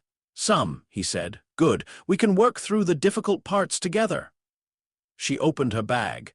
They worked until midnight, which was longer than either of them had intended and which neither of them mentioned. The text on ancient binding was, as she had said, dense, and the theoretical framework it assumed was specifically the framework of the deep magic's operation. The mechanics of how sacrificial intent became structural force. How love expressed as total commitment wove itself into a person's magical signature at a level below the ordinary Sather or wand tradition structures. He had to explain several things he had not explained to anyone at Hogwarts yet. He explained them carefully, in the mode Loki had taught him, precisely, without ornament, in the language closest to the mechanism rather than the language that made the mechanism sound more impressive than it was. Hermione listened with the focused attention that made her exceptional. She asked questions that were always exactly the right question, the question that had identified the gap in the explanation before she fully articulated the gap. She made notes in the margin of the text in her small, precise hand. At one point, she stopped writing and looked at him. "Your mother," she said. It was not a question. She had arrived there on her own, following the thread. "Yes," he said. She looked back at the text. She wrote something in the margin. She didn't say anything else about it, because she understood, in the way she understood most things about him, through inference and precision rather than disclosure, that there was a limit to what was currently available, and that the available part had been offered. This was, he thought, what a friend was. The person who could tell the difference between the part you could give and the part you were keeping, and who understood that the keeping was not withholding. The books on blood magic and ancient binding told him nothing he could not have intuited from what Frigga had taught him, but they gave him the vocabulary to describe it in the wizarding tradition's terms, which was a different kind of useful. Knowledge in two languages was always more versatile than knowledge in one. He added the vocabulary to his map. He looked at the map. He thought about the third floor and the thing it was guarding and the wrongness around Quirrell and the worsening of both, and about what Loki had identified in his letter about displaced spirits and what they wanted and what it meant for such a spirit to be inside a teacher at Hogwarts. He thought about his mother in the doorway. He thought about what it meant that the magic in him was a binding rather than a source, that it did not produce power so much as it held power in place, fixed it to him, made him the location where a certain kind of force was permanently present and permanently available to be triggered by the right conditions. He thought about what the right conditions were. He thought about Voldemort, whom he had never met and who was, by every account, aware that Harry existed and was somewhere, and was the person the prophecy had named. He thought about what Voldemort would want, specifically, and what he would do to get it, and whether a displaced spirit inhabiting a Hogwarts professor was a being in the process of getting it. He thought about all of this carefully, with the patience of someone who had been told, repeatedly, by people he trusted. That patience was not the same as passivity. That waiting until you understood the field was not the same as refusing to act, but was in fact the prerequisite for acting correctly. He was not yet ready to act, but he was, for the first time since September, close to understanding the shape of what acting would require. He made the decision on a Tuesday in June at dinner when Quirrell didn't come to the table. This sounds, in retrospect, like too small a thing to be the pivot of a year's worth of watching. But it was not small. It was the specific thing Harry had been waiting for, the point at which the wrongness around Quirrell shifted from being a condition to being an action. He had been monitoring the texture of it since October, tracking the way it waxed and waned, the way it sharpened when Quirrell was agitated and receded when he was still. The way it had been gradually, incrementally intensifying since January in a direction that had one logical terminus. He had been watching for that terminus the way Odin had taught him to watch for the conclusion of things. Not impatiently, not with fixed expectations about what form it would take, but with the readiness of someone who would recognize it when it arrived. Quirrell's empty chair at dinner, was it? He excused himself before the pudding, which Ron noted and Hermione noted in different ways. Ron with the expression of someone who had learned that, when Harry did something unexplained, there was usually a reason that would become clear. And Hermione with the expression of someone who was rapidly cross-referencing the current situation against several weeks' worth of accumulated data. He found them both in the corridor outside the Great Hall before he had gone 20 steps. "The third floor," Hermione said. It was not a question. "Quirrell," Ron said, slightly behind her and catching up. "Yes," he stopped. He looked at them both. He had thought about this moment, or a version of it, for several months, because he had known the confrontation was coming and had known it would arrive at a point when he would need to decide what to do about the people around him. "You both know what I know. You've worked through the same information. Displaced spirit," Hermione said, "inhabiting Quirrell after the stone." "Yes, so we go," Ron said. The simplicity of this statement was one of the things Harry valued most about Ron. He did not weigh options unnecessarily when the situation had made them clear. He had courage of the most useful kind, the kind that was not the absence of fear but the decision to act before fear became the governing principle. "I'm going," Harry said. "You're not." Ron started to object. Harry continued. "The mechanism of what I'm going to do requires me specifically. It is not a matter of numbers. Bringing more people into the chamber does not increase the chances of success and increases the chances of someone being hurt who doesn't need to be there." He paused, because this required precision. "The protection my mother made is in me. It acts through contact. I have to be close enough to touch whatever Quirrell is carrying. That is the whole plan. You cannot help me with it, and you would have to be protected while I was doing it, which would divide my attention." Hermione had the expression she wore when she was processing something she did not want to agree with and was finding that she agreed with it regardless. "You've been building toward this all year," she said. "Yes, and you're certain. About the mechanism, yes. About the outcome, no. But I understand what I'm doing and why. That's what certainty is available to me." Hermione looked at Ron. Ron looked at Hermione. The communication between them was not verbal and did not take long. They had developed, over the months of working together, the kind of shorthand that develops between people who spend a great deal of time thinking through problems in close proximity. "If you're not back by midnight," Ron said. "We're going to Dumbledore." "Yes," Harry said, "do that." Ron held out his hand. Harry shook it, which was the first time he had shaken Ron's hand, and the quality of it, the straightforwardness of the gesture, the lack of any performance in it. Ron's complete inability to make a handshake mean anything other than what it meant produced something in Harry's chest that he did not have time to examine. Hermione said nothing. She looked at him for a moment with those eyes that had been assessing and reassessing him since September. And what they held now was not concern exactly, or it was concern, but concern of a specific kind. The kind that trusts the person it's concerned about enough not to try to protect them from what they've chosen. She put her hand on his arm briefly. Then she stepped back. He went to the third floor.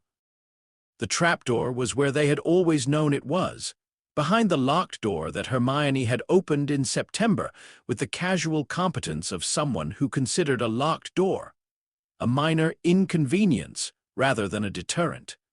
Harry went through it alone in the dark, dropping into the space below with the controlled fall he had been practicing since he was 2 years old in the corridors of Asgard, landing on something that responded to his weight with the texture of a living thing. He produced a lumos with intent rather than wrist.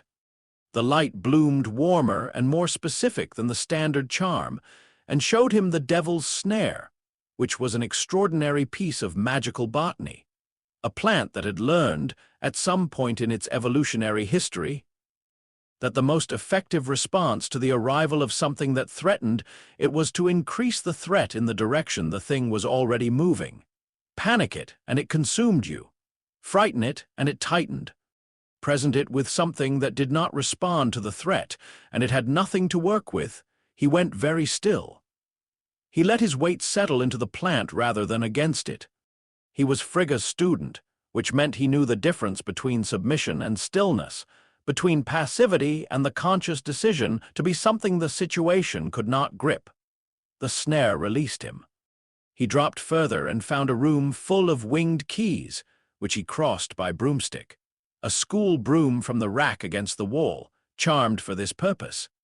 Its enchantment obvious now that he was in the room and could feel the architecture of the obstacle.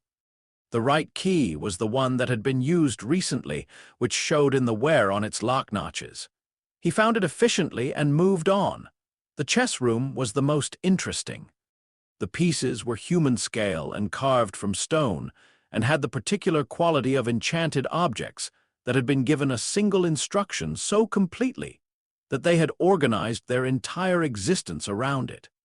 They regarded him with the attentive hostility of things that understood their purpose and were ready to fulfill it. He studied the board.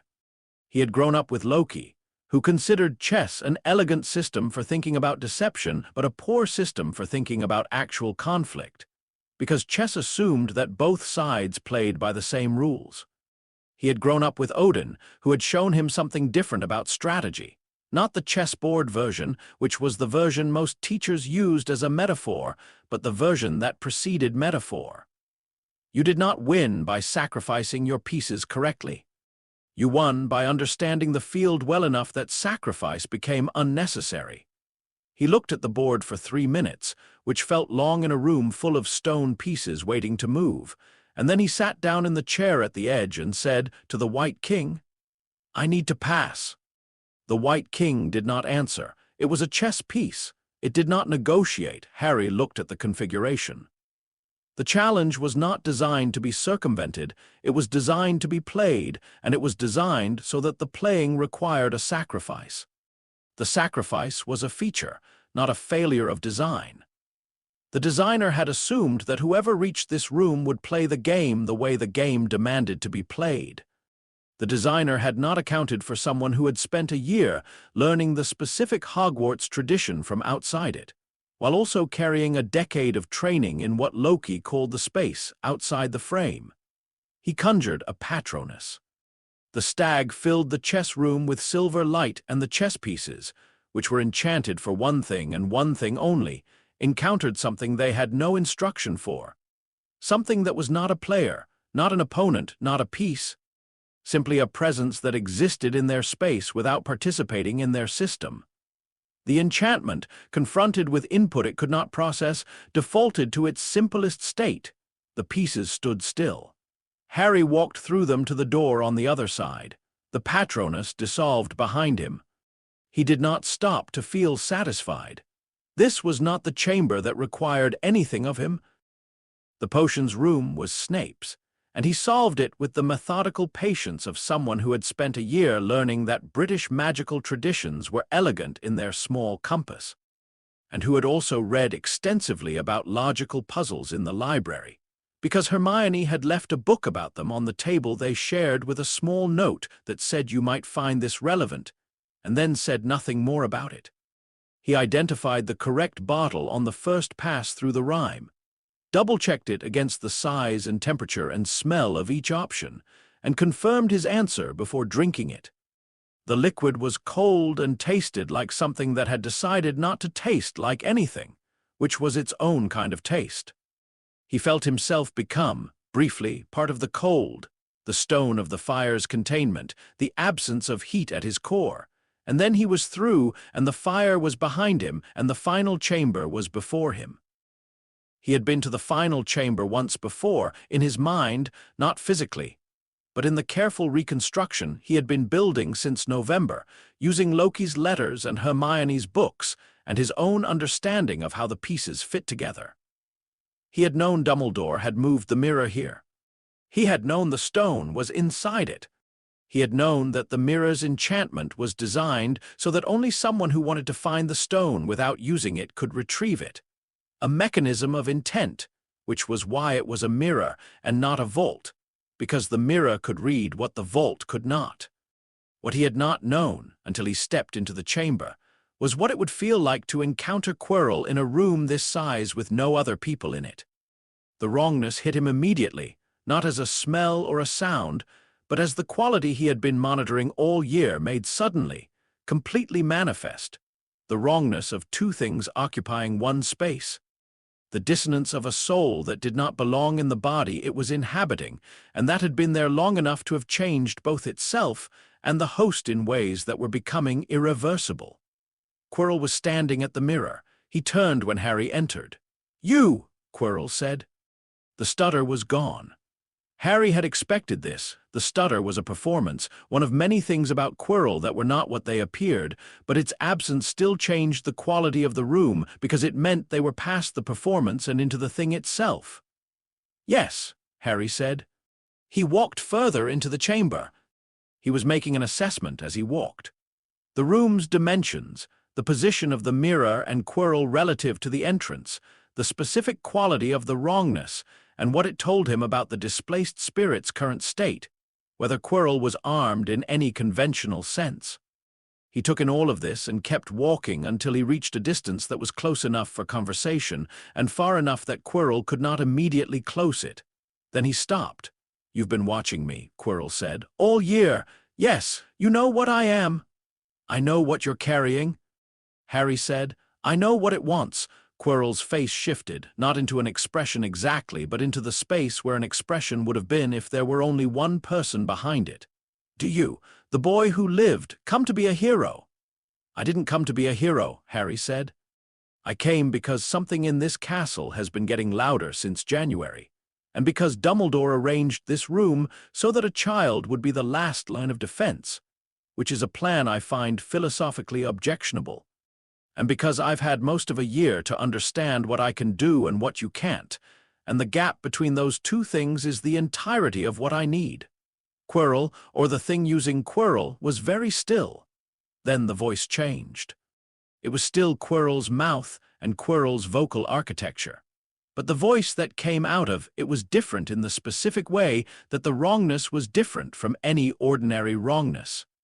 It was a voice that had been alive a long time and had spent the last decade being less alive than it wanted and had not made peace with this, could not make peace with this, because the thing that animated it was entirely incapable of making peace with anything. 11 years old, the voice said. "Raised in Asgard. How extraordinary!" "It's been remarked on," Harry said. "You have your mother's eyes. You have your father's unfortunate hair." A pause that was designed to land as cruelty and that Harry was not entirely immune to but was also not going to show. "They were remarkable people. You would have been proud of them. They were rather less proud of me at the end." "You came here for the stone," Harry said. He was not going to be drawn into this, not because the manipulation was not skilled, because it was skilled in the specific way of very old things that had done this to many people, but because the goal of the conversation was to get close enough to touch Quirrell, and conversations could be moved toward their conclusions the way chess games could. "The mirror won't give it to you, you know that. That's why you needed him." He nodded at Quirrell, or at Quirrell's body, or at the specific intersection of Quirrell and what was using him. "Because he can interact with the mirror in a way you can't." "Perceptive," the voice said, "and the boy approaches the mirror himself to help us. To get the stone," Harry said. This was true, and it was also misdirection, which Loki had taught him was not the same as a lie. "Since you can't get it." He walked toward the mirror. He walked in the straight line of someone with a clear purpose and no ambivalence about it, which was another thing Loki had taught him. Ambivalence was visible. Conviction was also visible. The difference between them was the thing that determined whether you looked like a person with a plan or a person without one. and looking like a person with a plan had effects on the room that were distinct from the effects of actually having one. He had a plan. He stood before the mirror. He looked into it. He had been here before. He had stood before this glass and seen his parents and put his hand against it and felt the cold of the barrier between them. He knew what to expect from it and from himself. He met his own gaze in the mirror and did not flinch from what he saw, and what he saw was himself. Standing here in this chamber, in this moment, holding the thing he had come here to hold, which was not the stone. The stone appeared in his pocket. He felt it arrive, a small sudden weight in his school robe's pocket, and understood in the same moment the elegance of Dumbledore's mechanism. The mirror gave the stone only to someone who wanted to find it without using it, and Harry had walked up to the mirror without any thought of the stone at all, because the stone had never been the point, and the mirror had registered this and given it to him as a byproduct of his clarity. He turned around. Quirrell, the voice using Quirrell, was watching him with the specific attention of something that had not anticipated this development and was processing it rapidly. "Give me the stone." "No," Harry said pleasantly, the wrongness spiked. He felt it as a pressure change rather than any physical sensation. The displaced spirit's agitation manifesting as a quality in the air. The dissonance between what inhabited Quirrell and what Quirrell's body was being directed to do reaching a new acute state. Quirrell raised his hand, and Harry moved, because this was the moment he had been building toward, and the movement required was simple even if what it would do was not. He stepped forward. He reached out. He offered his hand. Voldemort had not been surprised in 40 years. This was something that Harry would understand later, after the chamber and the hospital wing and the long conversations that followed, but he understood a version of it in the room itself, in the specific quality of what happened in the 2 seconds after he made contact with Quirrell's wrist. Voldemort had been a thing of enormous confidence, and that confidence was not misplaced. He had survived death, had persisted through decades of diminishment, had found a host and had navigated Hogwarts and had come within reach of the stone. He was not a fool. He was not unprepared. He had simply, in 40 years of operating from a framework built entirely around his own power and his own framework of what power meant, never encountered the mechanism that Harry was made of. The sacrificial protection was not a spell. It was not a charm or a curse or any of the structured magic of the wand tradition. It was older than the wand tradition, and older than Asgardian Sather, and older than every framework that anyone had built to describe what magic was.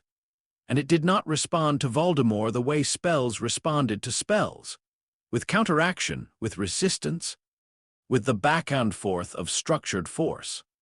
It responded to him the way an immune system responded to a pathogen, specifically, totally, without negotiation. Harry felt it happen. He felt it the way he had felt it in Frigga's morning chamber, when she had first shown him where to look for it, as a tide arising. Something coming up from depths he could not see into and expressing itself at the surface with a force that was not his to direct, but was entirely his to allow. He had allowed it. He had stepped into Quirrell's space and offered his hand, and the deep magic had done what it was always going to do when the thing that had killed his mother touched the place where his mother's love lived. Quirrell's skin began to crack. It cracked the way stone cracks in extreme cold, along lines of internal stress, rapidly, with the particular totality of a structure failing all at once rather than sequentially. Quirrell screamed. The sound had 2 registers, Quirrell's voice and something beneath it, something that had no business being in a human throat and knew it. And the second register was not pain, but something that Harry, listening to it from a distance of approximately 2 feet, could only describe as shock. It was the first time in 40 years that Voldemort had encountered something he could not overcome by force. The scream stopped, the body stopped, and then the room filled with something that was not light, but was the absence of the wrongness. The sudden lifting of the specific dissonance that had been present in every room Quirrell had occupied since September. The air righting itself, settling back into the quality of air in an empty chamber, which was the quality of something that had one tenant rather than two. Harry stood for a moment. He let himself feel what had happened, because Frigga had taught him that feeling what had happened was not weakness, that the refusal to feel it was the thing that got people into trouble later, when the unfelt things arrived on their own schedule. He felt the deep magic receding back to its ordinary depth, like a tide going out, unhurried and impersonal. He felt the weight of the stone in his pocket. He felt the quality of the chamber around him, which was just a chamber now, stone and torchlight and cold, and the faint ambient magic of a castle that had been built with intention. He walked to the mirror. He was not injured. There was no particular reason he should be.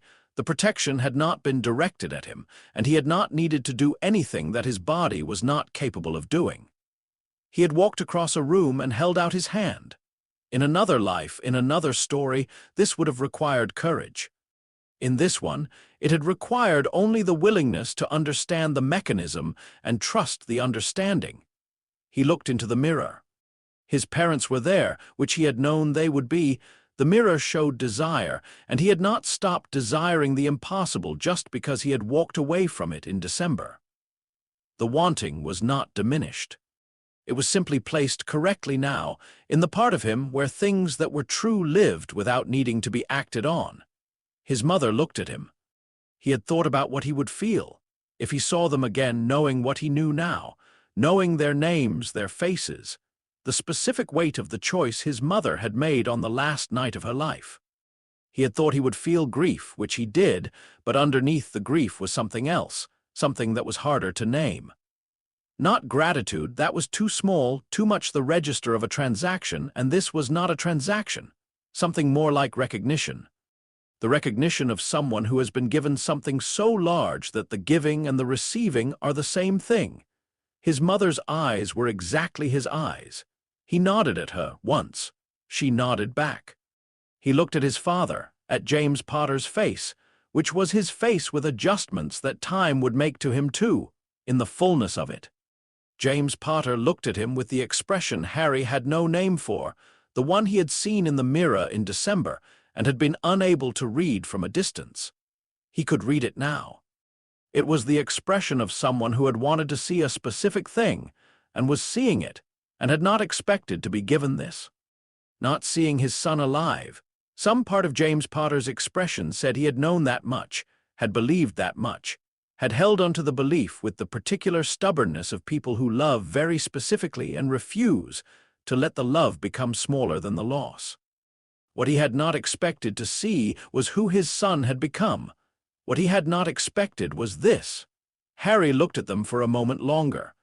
Then he turned around and walked out of the chamber, back through the fire, back through the potions room, back past the chess pieces that had returned to their starting positions as though nothing had happened, back through the devil's snare room, up through the trapdoor, and into the third-floor corridor, which was lit by ordinary torches and smelled of stone and cold, and the general Hogwarts smell of books and chalk, and something faintly alchemical that he had never been able to identify specifically, and had decided to simply accept as a property of the castle.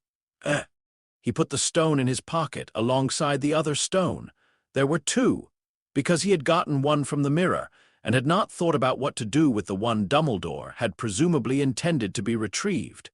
And then he looked at his hands in the torchlight, and they were exactly his hands. He began walking toward the hospital wing, because he had been in an underground chamber with a dying host and a displaced spirit, and there were protocols for this kind of thing that he intended to observe. And also because his knees were, in fact, slightly unsteady, and walking was preferable to sitting on the floor. He was not, he took stock, afraid. He was not, he also took stock, entirely fine. Both of these things were true simultaneously. This was, he had learned, the typical condition. He kept walking. He found Ron and Hermione in the corridor outside the hospital wing at 11:47, which meant they had been heading for Dumbledore and had stopped when they saw him coming. and both of them had expressions that contained a great deal of feeling that had been compressed into the waiting and was now attempting to decompress rapidly. Ron said, "You're yes," Harry said, and Quirrell no. Ron absorbed this with the expression he used for information that was large and that he was choosing to table until there was time to process it. Hermione said nothing. She looked at his face with the comprehensive attention that she brought to reading things that mattered, and whatever she was reading appeared to satisfy something she had needed satisfied. "The stone," she said. He reached into his pocket. He had been thinking about this in the corridor. He produced the stone and held it for a moment. A small red stone, undistinguished, possessing the specific quality of objects that have been desired by many people and have absorbed that desire and are entirely indifferent to it. And then he gave it to Hermione, because Hermione would know what to do with it, which was to give it to Dumbledore, which was what needed to happen. She took it. She looked at it. She closed her hand around it. "There were two," he said. "The mirror gave me one. I left the other one in the chamber." "I'll find it," Hermione said, which was not quite the same thing as saying she would retrieve it, but meant that she would know where it was and what to do with the information. He went into the hospital wing. Madame Pomfrey, who had the unshakable competence of someone whose entire professional existence consisted of managing situations that should not have occurred, and then managing them again when they inevitably recurred, asked him 3 specific questions about what had happened, and received 3 specific answers, and then directed him to a bed with the authority of someone who had never once considered that a patient might decline. He lay down.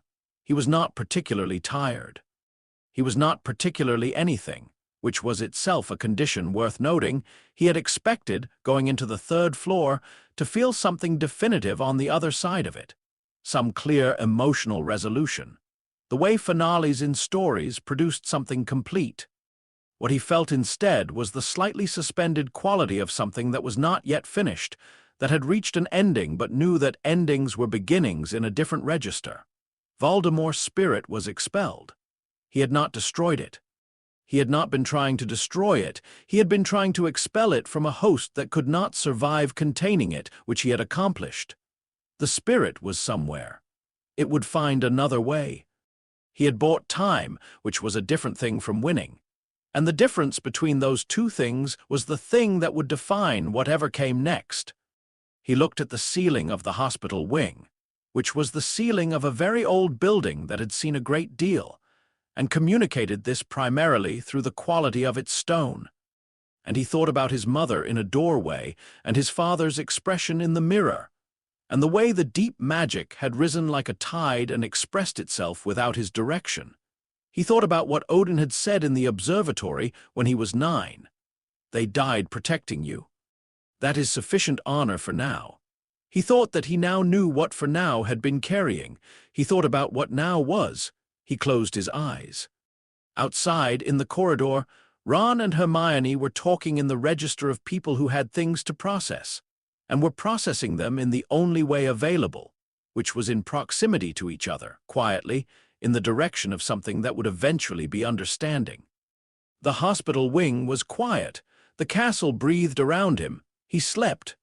Odin arrived at Hogwarts on a Wednesday morning, 9 days after the trapdoor, when Harry was still in the hospital wing, and the castle was moving through the last weeks of term with the slightly distracted energy of an institution that had experienced something significant, and was processing it through the ordinary mechanisms of exams and end-of-year business.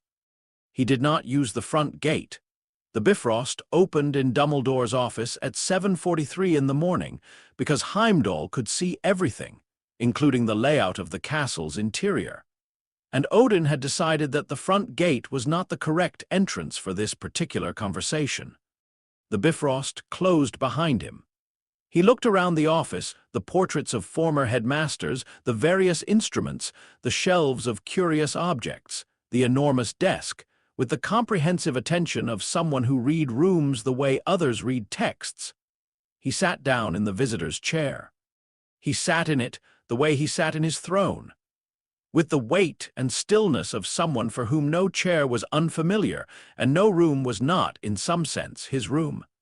He placed Gungnir against the desk, not threateningly, simply because he had carried it and the desk was there, and he looked at the door and waited. Dumbledore arrived at 7:51, which meant he had been informed of the Bifrost's activity by whatever detection system Hogwarts used for unusual magical signatures, and had moved with reasonable speed from wherever he had been. He opened the door and stepped through it and found Odin in the visitor's chair. He stopped in the doorway for a moment. It was a very brief moment. Then he came in, closed the door behind him, moved to his own chair behind his desk with the unhurried ease of someone who had been surprised many times and had developed, over a long career, a policy of not showing it, and sat down. He looked at Odin. Odin looked at him. "Albus Dumbledore," Odin said. "Odin, All-Father," Dumbledore said. He looked at Gungnir leaning against his desk. He looked at Odin. "Would you like a sherbet lemon?" Odin regarded the small dish on Dumbledore's desk. He returned his gaze to Dumbledore without touching the dish. Dumbledore, after a moment, took a sherbet lemon himself, as though the offer had been primarily directed at himself all along, and unwrapped it with the patience of someone settling in for a conversation he had been anticipating for some years. "Harry is well," Dumbledore offered. "I know he is well. I have Heimdall." Odin's voice was what it always was, even old, carrying the specific quality of someone who had decided a very long time ago that volume was not how authority was communicated and had not revisited this decision since. "I have not come to ask about Harry's health. I have come to have a conversation about what you arranged this year and what it required, and what you were prepared to cost a child in order to achieve it." Dumbledore was quiet for a moment in the way of someone choosing precision rather than speed. "Harry was never in mortal danger," he said. "The protection Lily made was sufficient against the direct curse," Odin said. "Yes, I know what the protection does. I have studied it since the night I found him." He shifted slightly in the visitor's chair, which was not built for someone his size and which he had decided to occupy entirely regardless. "The protection is anchored to his skin, and it is catastrophic to Voldemort's touch. I know this. What it does not protect him from is potions that go wrong, or defensive enchantments that misfire, or the weight of a mountain troll's club, or the 100 other ways a child in enemy territory can be harmed that have nothing to do with Voldemort specifically." He paused. "He went in alone." "He chose to go in alone," Dumbledore said. "I designed the chambers so that the protection itself would be sufficient once the final chamber was reached. The earlier chambers were obstacles intended to delay the enemy, not obstacles designed with an 11-year-old's safety as the primary consideration." Odin looked at him steadily. "You built a labyrinth and put a child at the center of it and hoped the child would have the sense to be worthy of the trap. That is not a plan, Dumbledore. That is a wager." The office was very quiet. The portraits of former headmasters, most of whom had been pretending to sleep, were not pretending to sleep. Dumbledore looked at the desk for a moment, and then at Odin, and in the looking was something that Harry would have recognized if he had been in the room. The specific expression of a man who had a great deal of intelligence and had spent a great deal of time applying it to justifying decisions he had already made, and was encountering someone who was not interested in the justifications. "No," Dumbledore said. "You are right." The admission was direct and unqualified, and it appeared to cost him something precise, in the way that precise things were costly. He sat with it for a moment. "I have been arranging this for a long time," he said. "Long enough that the arrangement has become a habit of thinking. A way of seeing the board. I see people and I see where they should be placed and what they should do, and I have been right often enough that the habit has calcified into something I do not always examine." He looked at the sherbet lemon in his hand. "I examined it this year, imperfectly. Not thoroughly enough. You knew the protection made him the correct person to face whatever the stone attracted," Odin said. "You knew it and you arranged accordingly, and you chose not to inform him of the arrangement, which would have allowed him to make a decision about whether he wished to be part of it. He is 11 years old. He is Frigga's student, Odin said, and my ward and Loki's pupil, and he has been making consequential decisions with appropriate information since he was 9. His age is relevant to what he can carry, not to whether he deserves to understand what he is being asked to carry. A pause. He faced a displaced soul in a dying host and expelled it by offering his hand, because he had understood the mechanism and had decided that the mechanism was the correct tool. He did not panic. He did not improvise. He acted on a year's worth of careful observation and sound reasoning. The single eye was very steady. You arranged this year so that a child would be the last line of defense against an extraordinarily dangerous adversary. You were fortunate that the child was this one. Yes, Dumbledore said. I was. He said it without deflection. He said it the way he said things that were true, and that he was going to be accountable for, directly, in the full acceptance of what they cost. Odin regarded him for a long moment. You are not a foolish man, Odin said finally. You are not a malicious one. You are a man who has been doing a very difficult thing for a very long time, and the doing has gradually become the justification, in the way that it does for people who carry enormous responsibility without anyone to answer to. He settled further into the chair. You have been answering to your own judgment for too many years, Dumbledore. Your own judgment is very good. That is precisely the problem. Dumbledore looked at him. Something in his expression, the very particular expression of a man who had been understood completely and accurately by someone he had not expected to understand him, shifted, and then settled. What do you want? Dumbledore asked. I want you to tell me, specifically and honestly, what you intend for Harry for the remainder of his education, and what you believe he will be required to do, and what it will cost him. Odin's voice did not change. Not the version you have constructed for people who need to believe you are in control. The accurate version. The office held its breath. Dumbledore unwrapped another sherbet lemon. He held it for a moment without eating it. Then he began to speak. Harry did not know about the conversation in Dumbledore's office until much later, and he learned it not from Odin or Dumbledore, but from Loki, who had been there for part of it in a form that no one in the room had detected, which was an achievement that Loki mentioned with the specific satisfaction of someone who had done something difficult and had an appropriate audience for the satisfaction. He was not there yet. He was in the hospital wing on the morning of Odin's visit, in the particular state of someone who was physically recovered and mentally still working through the aftermath of something that had been significant.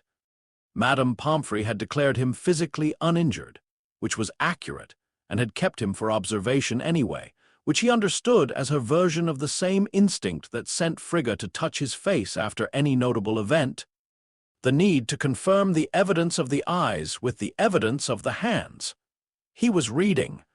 The door opened, and Loki came in and sat on the end of his bed and picked up an apple from the fruit bowl on the side table and bit into it with the ease of someone who had decided that being somewhere without an invitation was a question of perspective rather than a fact.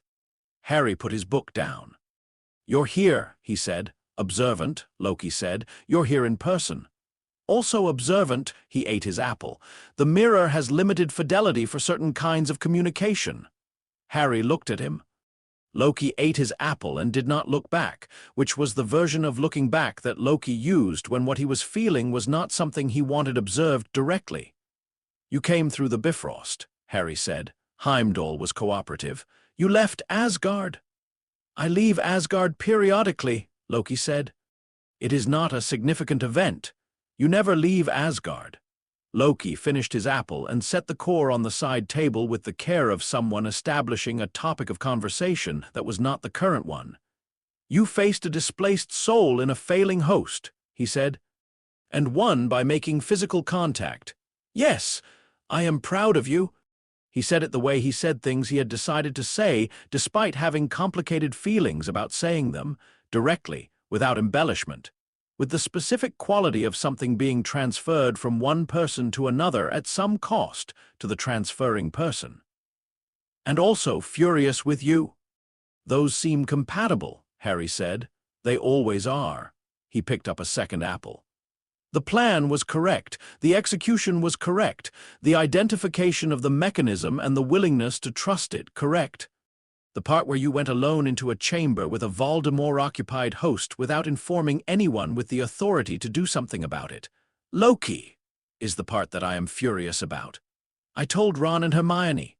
2 other 11-year-olds, Loki said. Yes, very reassuring. They would have been hurt if I'd brought them. I know. He bit into the second apple. I am aware that the reasoning was sound. I am furious with you anyway. These are not in conflict. He looked at Harry properly for the first time since coming in. And what was in the looking was the full version of what he had been managing around.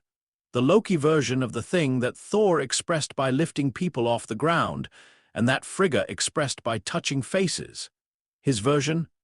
Which was this, the complete unguarded attention of someone who had decided that the person they were looking at mattered more than the habit of not showing it.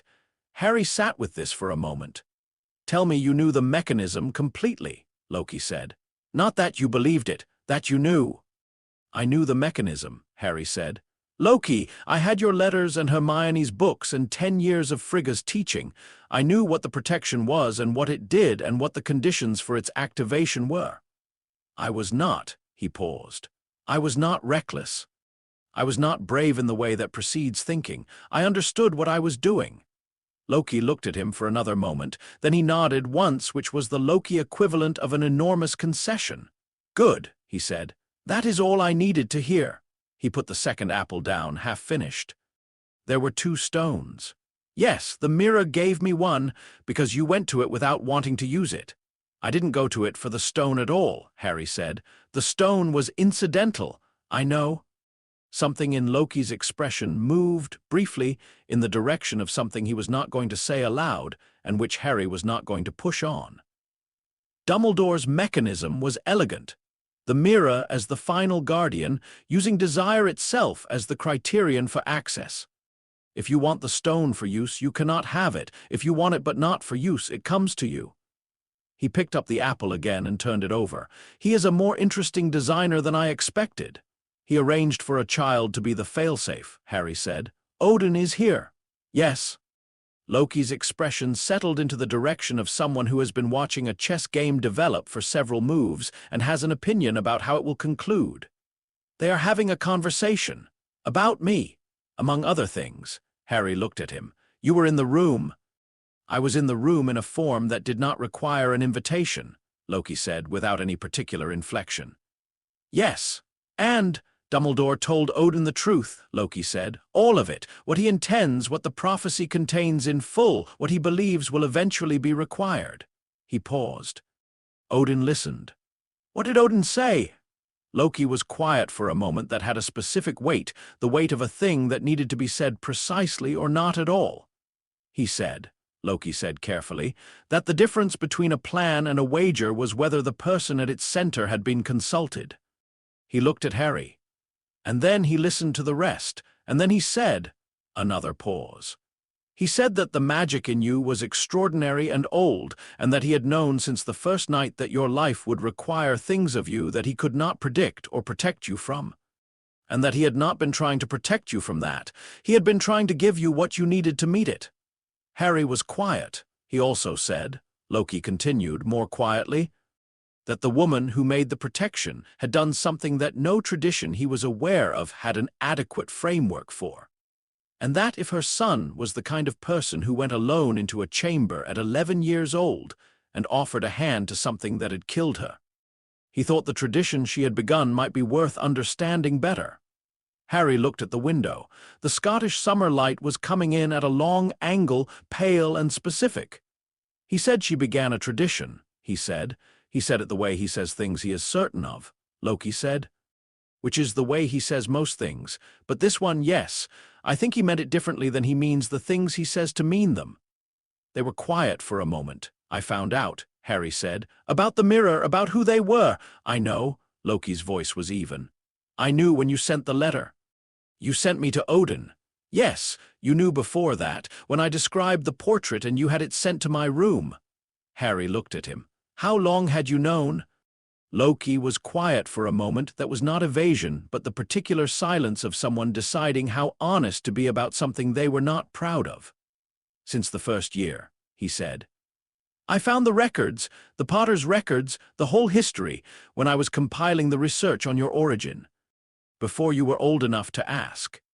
He said it without the self-exculpating qualifications that most people used when they were confessing something they had withheld.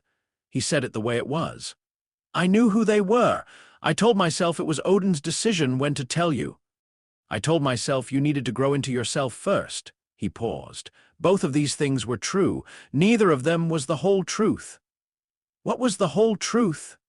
That I did not know how to tell you, Loki said, and I chose the less difficult option, which was not to. He looked at the half-finished apple. It is the only time in 11 years that I made the easier choice with you rather than the correct one. I am aware of this.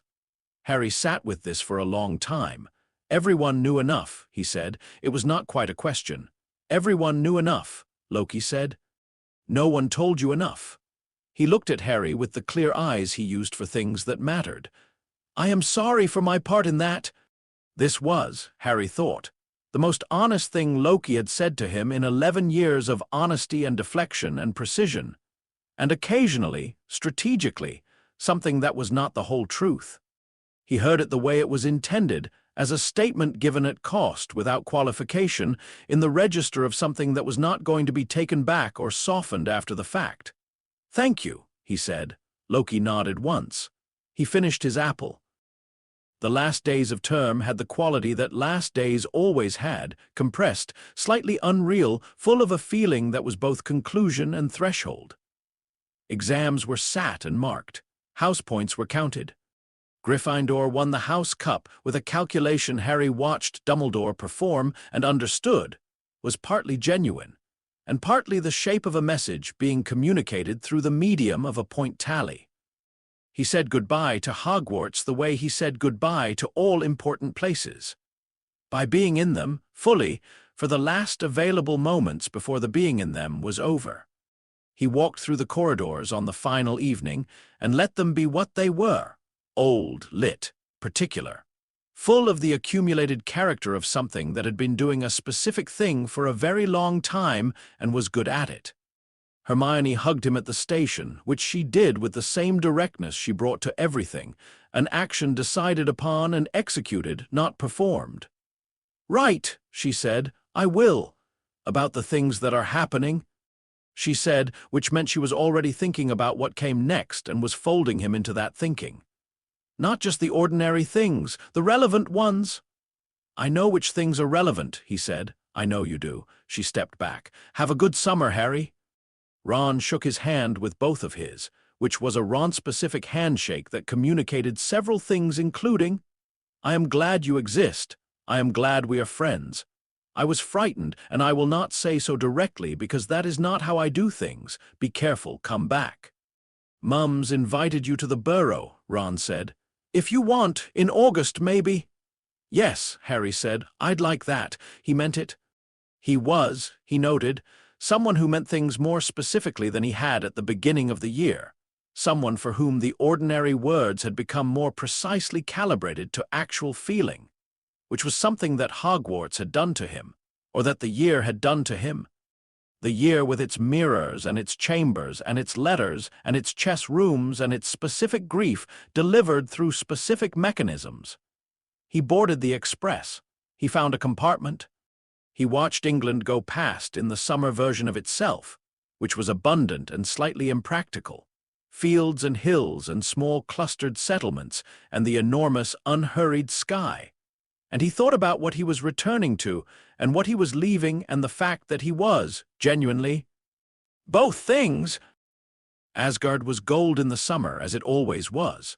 The Bifrost opened, and the light poured through, and Asgard was gold and warm and enormous and entirely itself, which was both exactly what he had expected and, after 10 months of England, slightly overwhelming in a way he had not anticipated. He stepped through the Bifrost gate, and the air was different, thinner, charged with the ambient magic of a realm that was made of magic in the way Midgard was made of rock and water, and his deep magic, which had been operating in Midgard at a slight remove from its native frequency, made a small adjustment that he felt as a kind of settling, a rightness returning to its default state. He was home. Thor was in the courtyard. Of course he was, Heimdall could see, and Thor had never in his life encountered information about Harry's whereabouts that he had failed to act on. He was standing at the edge of the courtyard, with the specific energy of someone who had been standing there for a while, and had occupied the time through sheer force of anticipation. When Harry came through the gate, Thor covered the distance between them in approximately 5 steps, which for Thor was approximately a second and a half, and then Harry was off the ground, which was where he spent some portion of every homecoming. "You faced Voldemort," Thor said into Harry's shoulder. Not congratulatory, the tone of it was somewhere between awe and the specific species of relief that only arrived after the threat had passed, and you were finally allowed to feel how frightened you had been. "I did," Harry said from the elevated position. "Alone," Thor said. "Yes, and you," Thor seemed to be working through several possible completions of this sentence. "And you offered him your hand," he finished, which meant Loki had told him, or Heimdall had, or possibly both. "Yes," Thor put him down. He looked at him with the full attention that Thor brought to looking at things that mattered, which was the full attention of someone who had never learned to look at anything with less than all of himself. "You are different," he said. "Yes, not in a bad way." Thor considered this. "More complete." "Yes," Harry said. "I think so." Frigga was waiting at the edge of the courtyard, not running. Frigga did not run toward things. She moved toward them with the quality of someone whose movement was itself an arrival. She came and she stood before him, and she put her hand against his face, her palm against his cheek, the way she had done since he was 4 years old, and which meant something that had never required translation because it was the translation. She looked at him. She said nothing. He had not cried at the mirror in December, or in the hospital wing, or at the station saying goodbye to Ron and Hermione, or on the express watching England go past. He did not cry now. He simply stood in Frigga's hand and let what she was looking for be there to be found. And what she found, he could see in the quality of her expression, was that he was whole. Not undamaged. He did not think he would be undamaged after a year like this one, and wholeness was not the same as undamaged, but whole. "Yes," she said, which was the response to something he had not said, and which was exactly right. He put his hand over hers briefly. She lowered it. He looked across the courtyard. Odin was standing at the far end of it, in the shadow of the observatory's arch, watching. He had not moved when Harry came through the gate. He had not moved when Thor lifted him. He was simply watching, with the one clear eye, from the distance that he had chosen, and that Harry now understood as a choice, not absence, not withdrawal, but the specific decision of someone who knew that the thing between them was not yet finished, was in fact barely begun, and who was giving it the space that unfinished things required. Harry looked at him. Odin looked at Harry. Neither of them moved. This, Harry thought, was also a conversation. The Asgardian kind, the one that happened in the space between words and lasted longer than any of the words would have. They would have the other kind, the words, the accounting, the specific interrogation of what had been decided and what should have been decided and what it meant for what came next, but not today. Today this was sufficient, he nodded once. Odin, across the courtyard, in the shadow of the arch, inclined his head. He went to the bridges that evening. He went to the bridges that overlooked the stars below Asgard, not stars above, which was the Midgardian experience, but below, because Asgard was at the edge of everything, and the stars spread out beneath it like a map of what the 9 realms were made of. Distant and cold and numerous in a way that always reminded him that the distances between things were enormous, and that this was not, on balance, a problem. He stood at the bridge's edge and looked at the stars. Somewhere in the stars, far away and small and lit and slightly impossible, Hogwarts was turning in the dark. He thought of its corridors and its particular quality of light and the way it had smelled in the first weeks of autumn, chalk and old stone, and something alchemical he had never quite identified.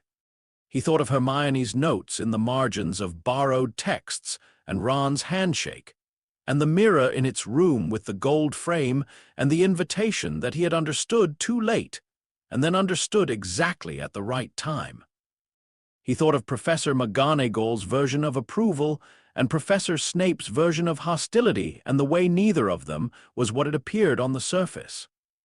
He thought of the chess pieces returning to their starting positions in the silence after he had passed. He thought of the stag. He would go back. This was not a question. He had left something unfinished there, not in the sense of tasks remaining, though tasks were remaining, but in the sense of becoming. Hogwarts was not complete for him yet. He had spent 1 year in one tradition of many years that the tradition required, and he had barely reached the edges of what it had to offer.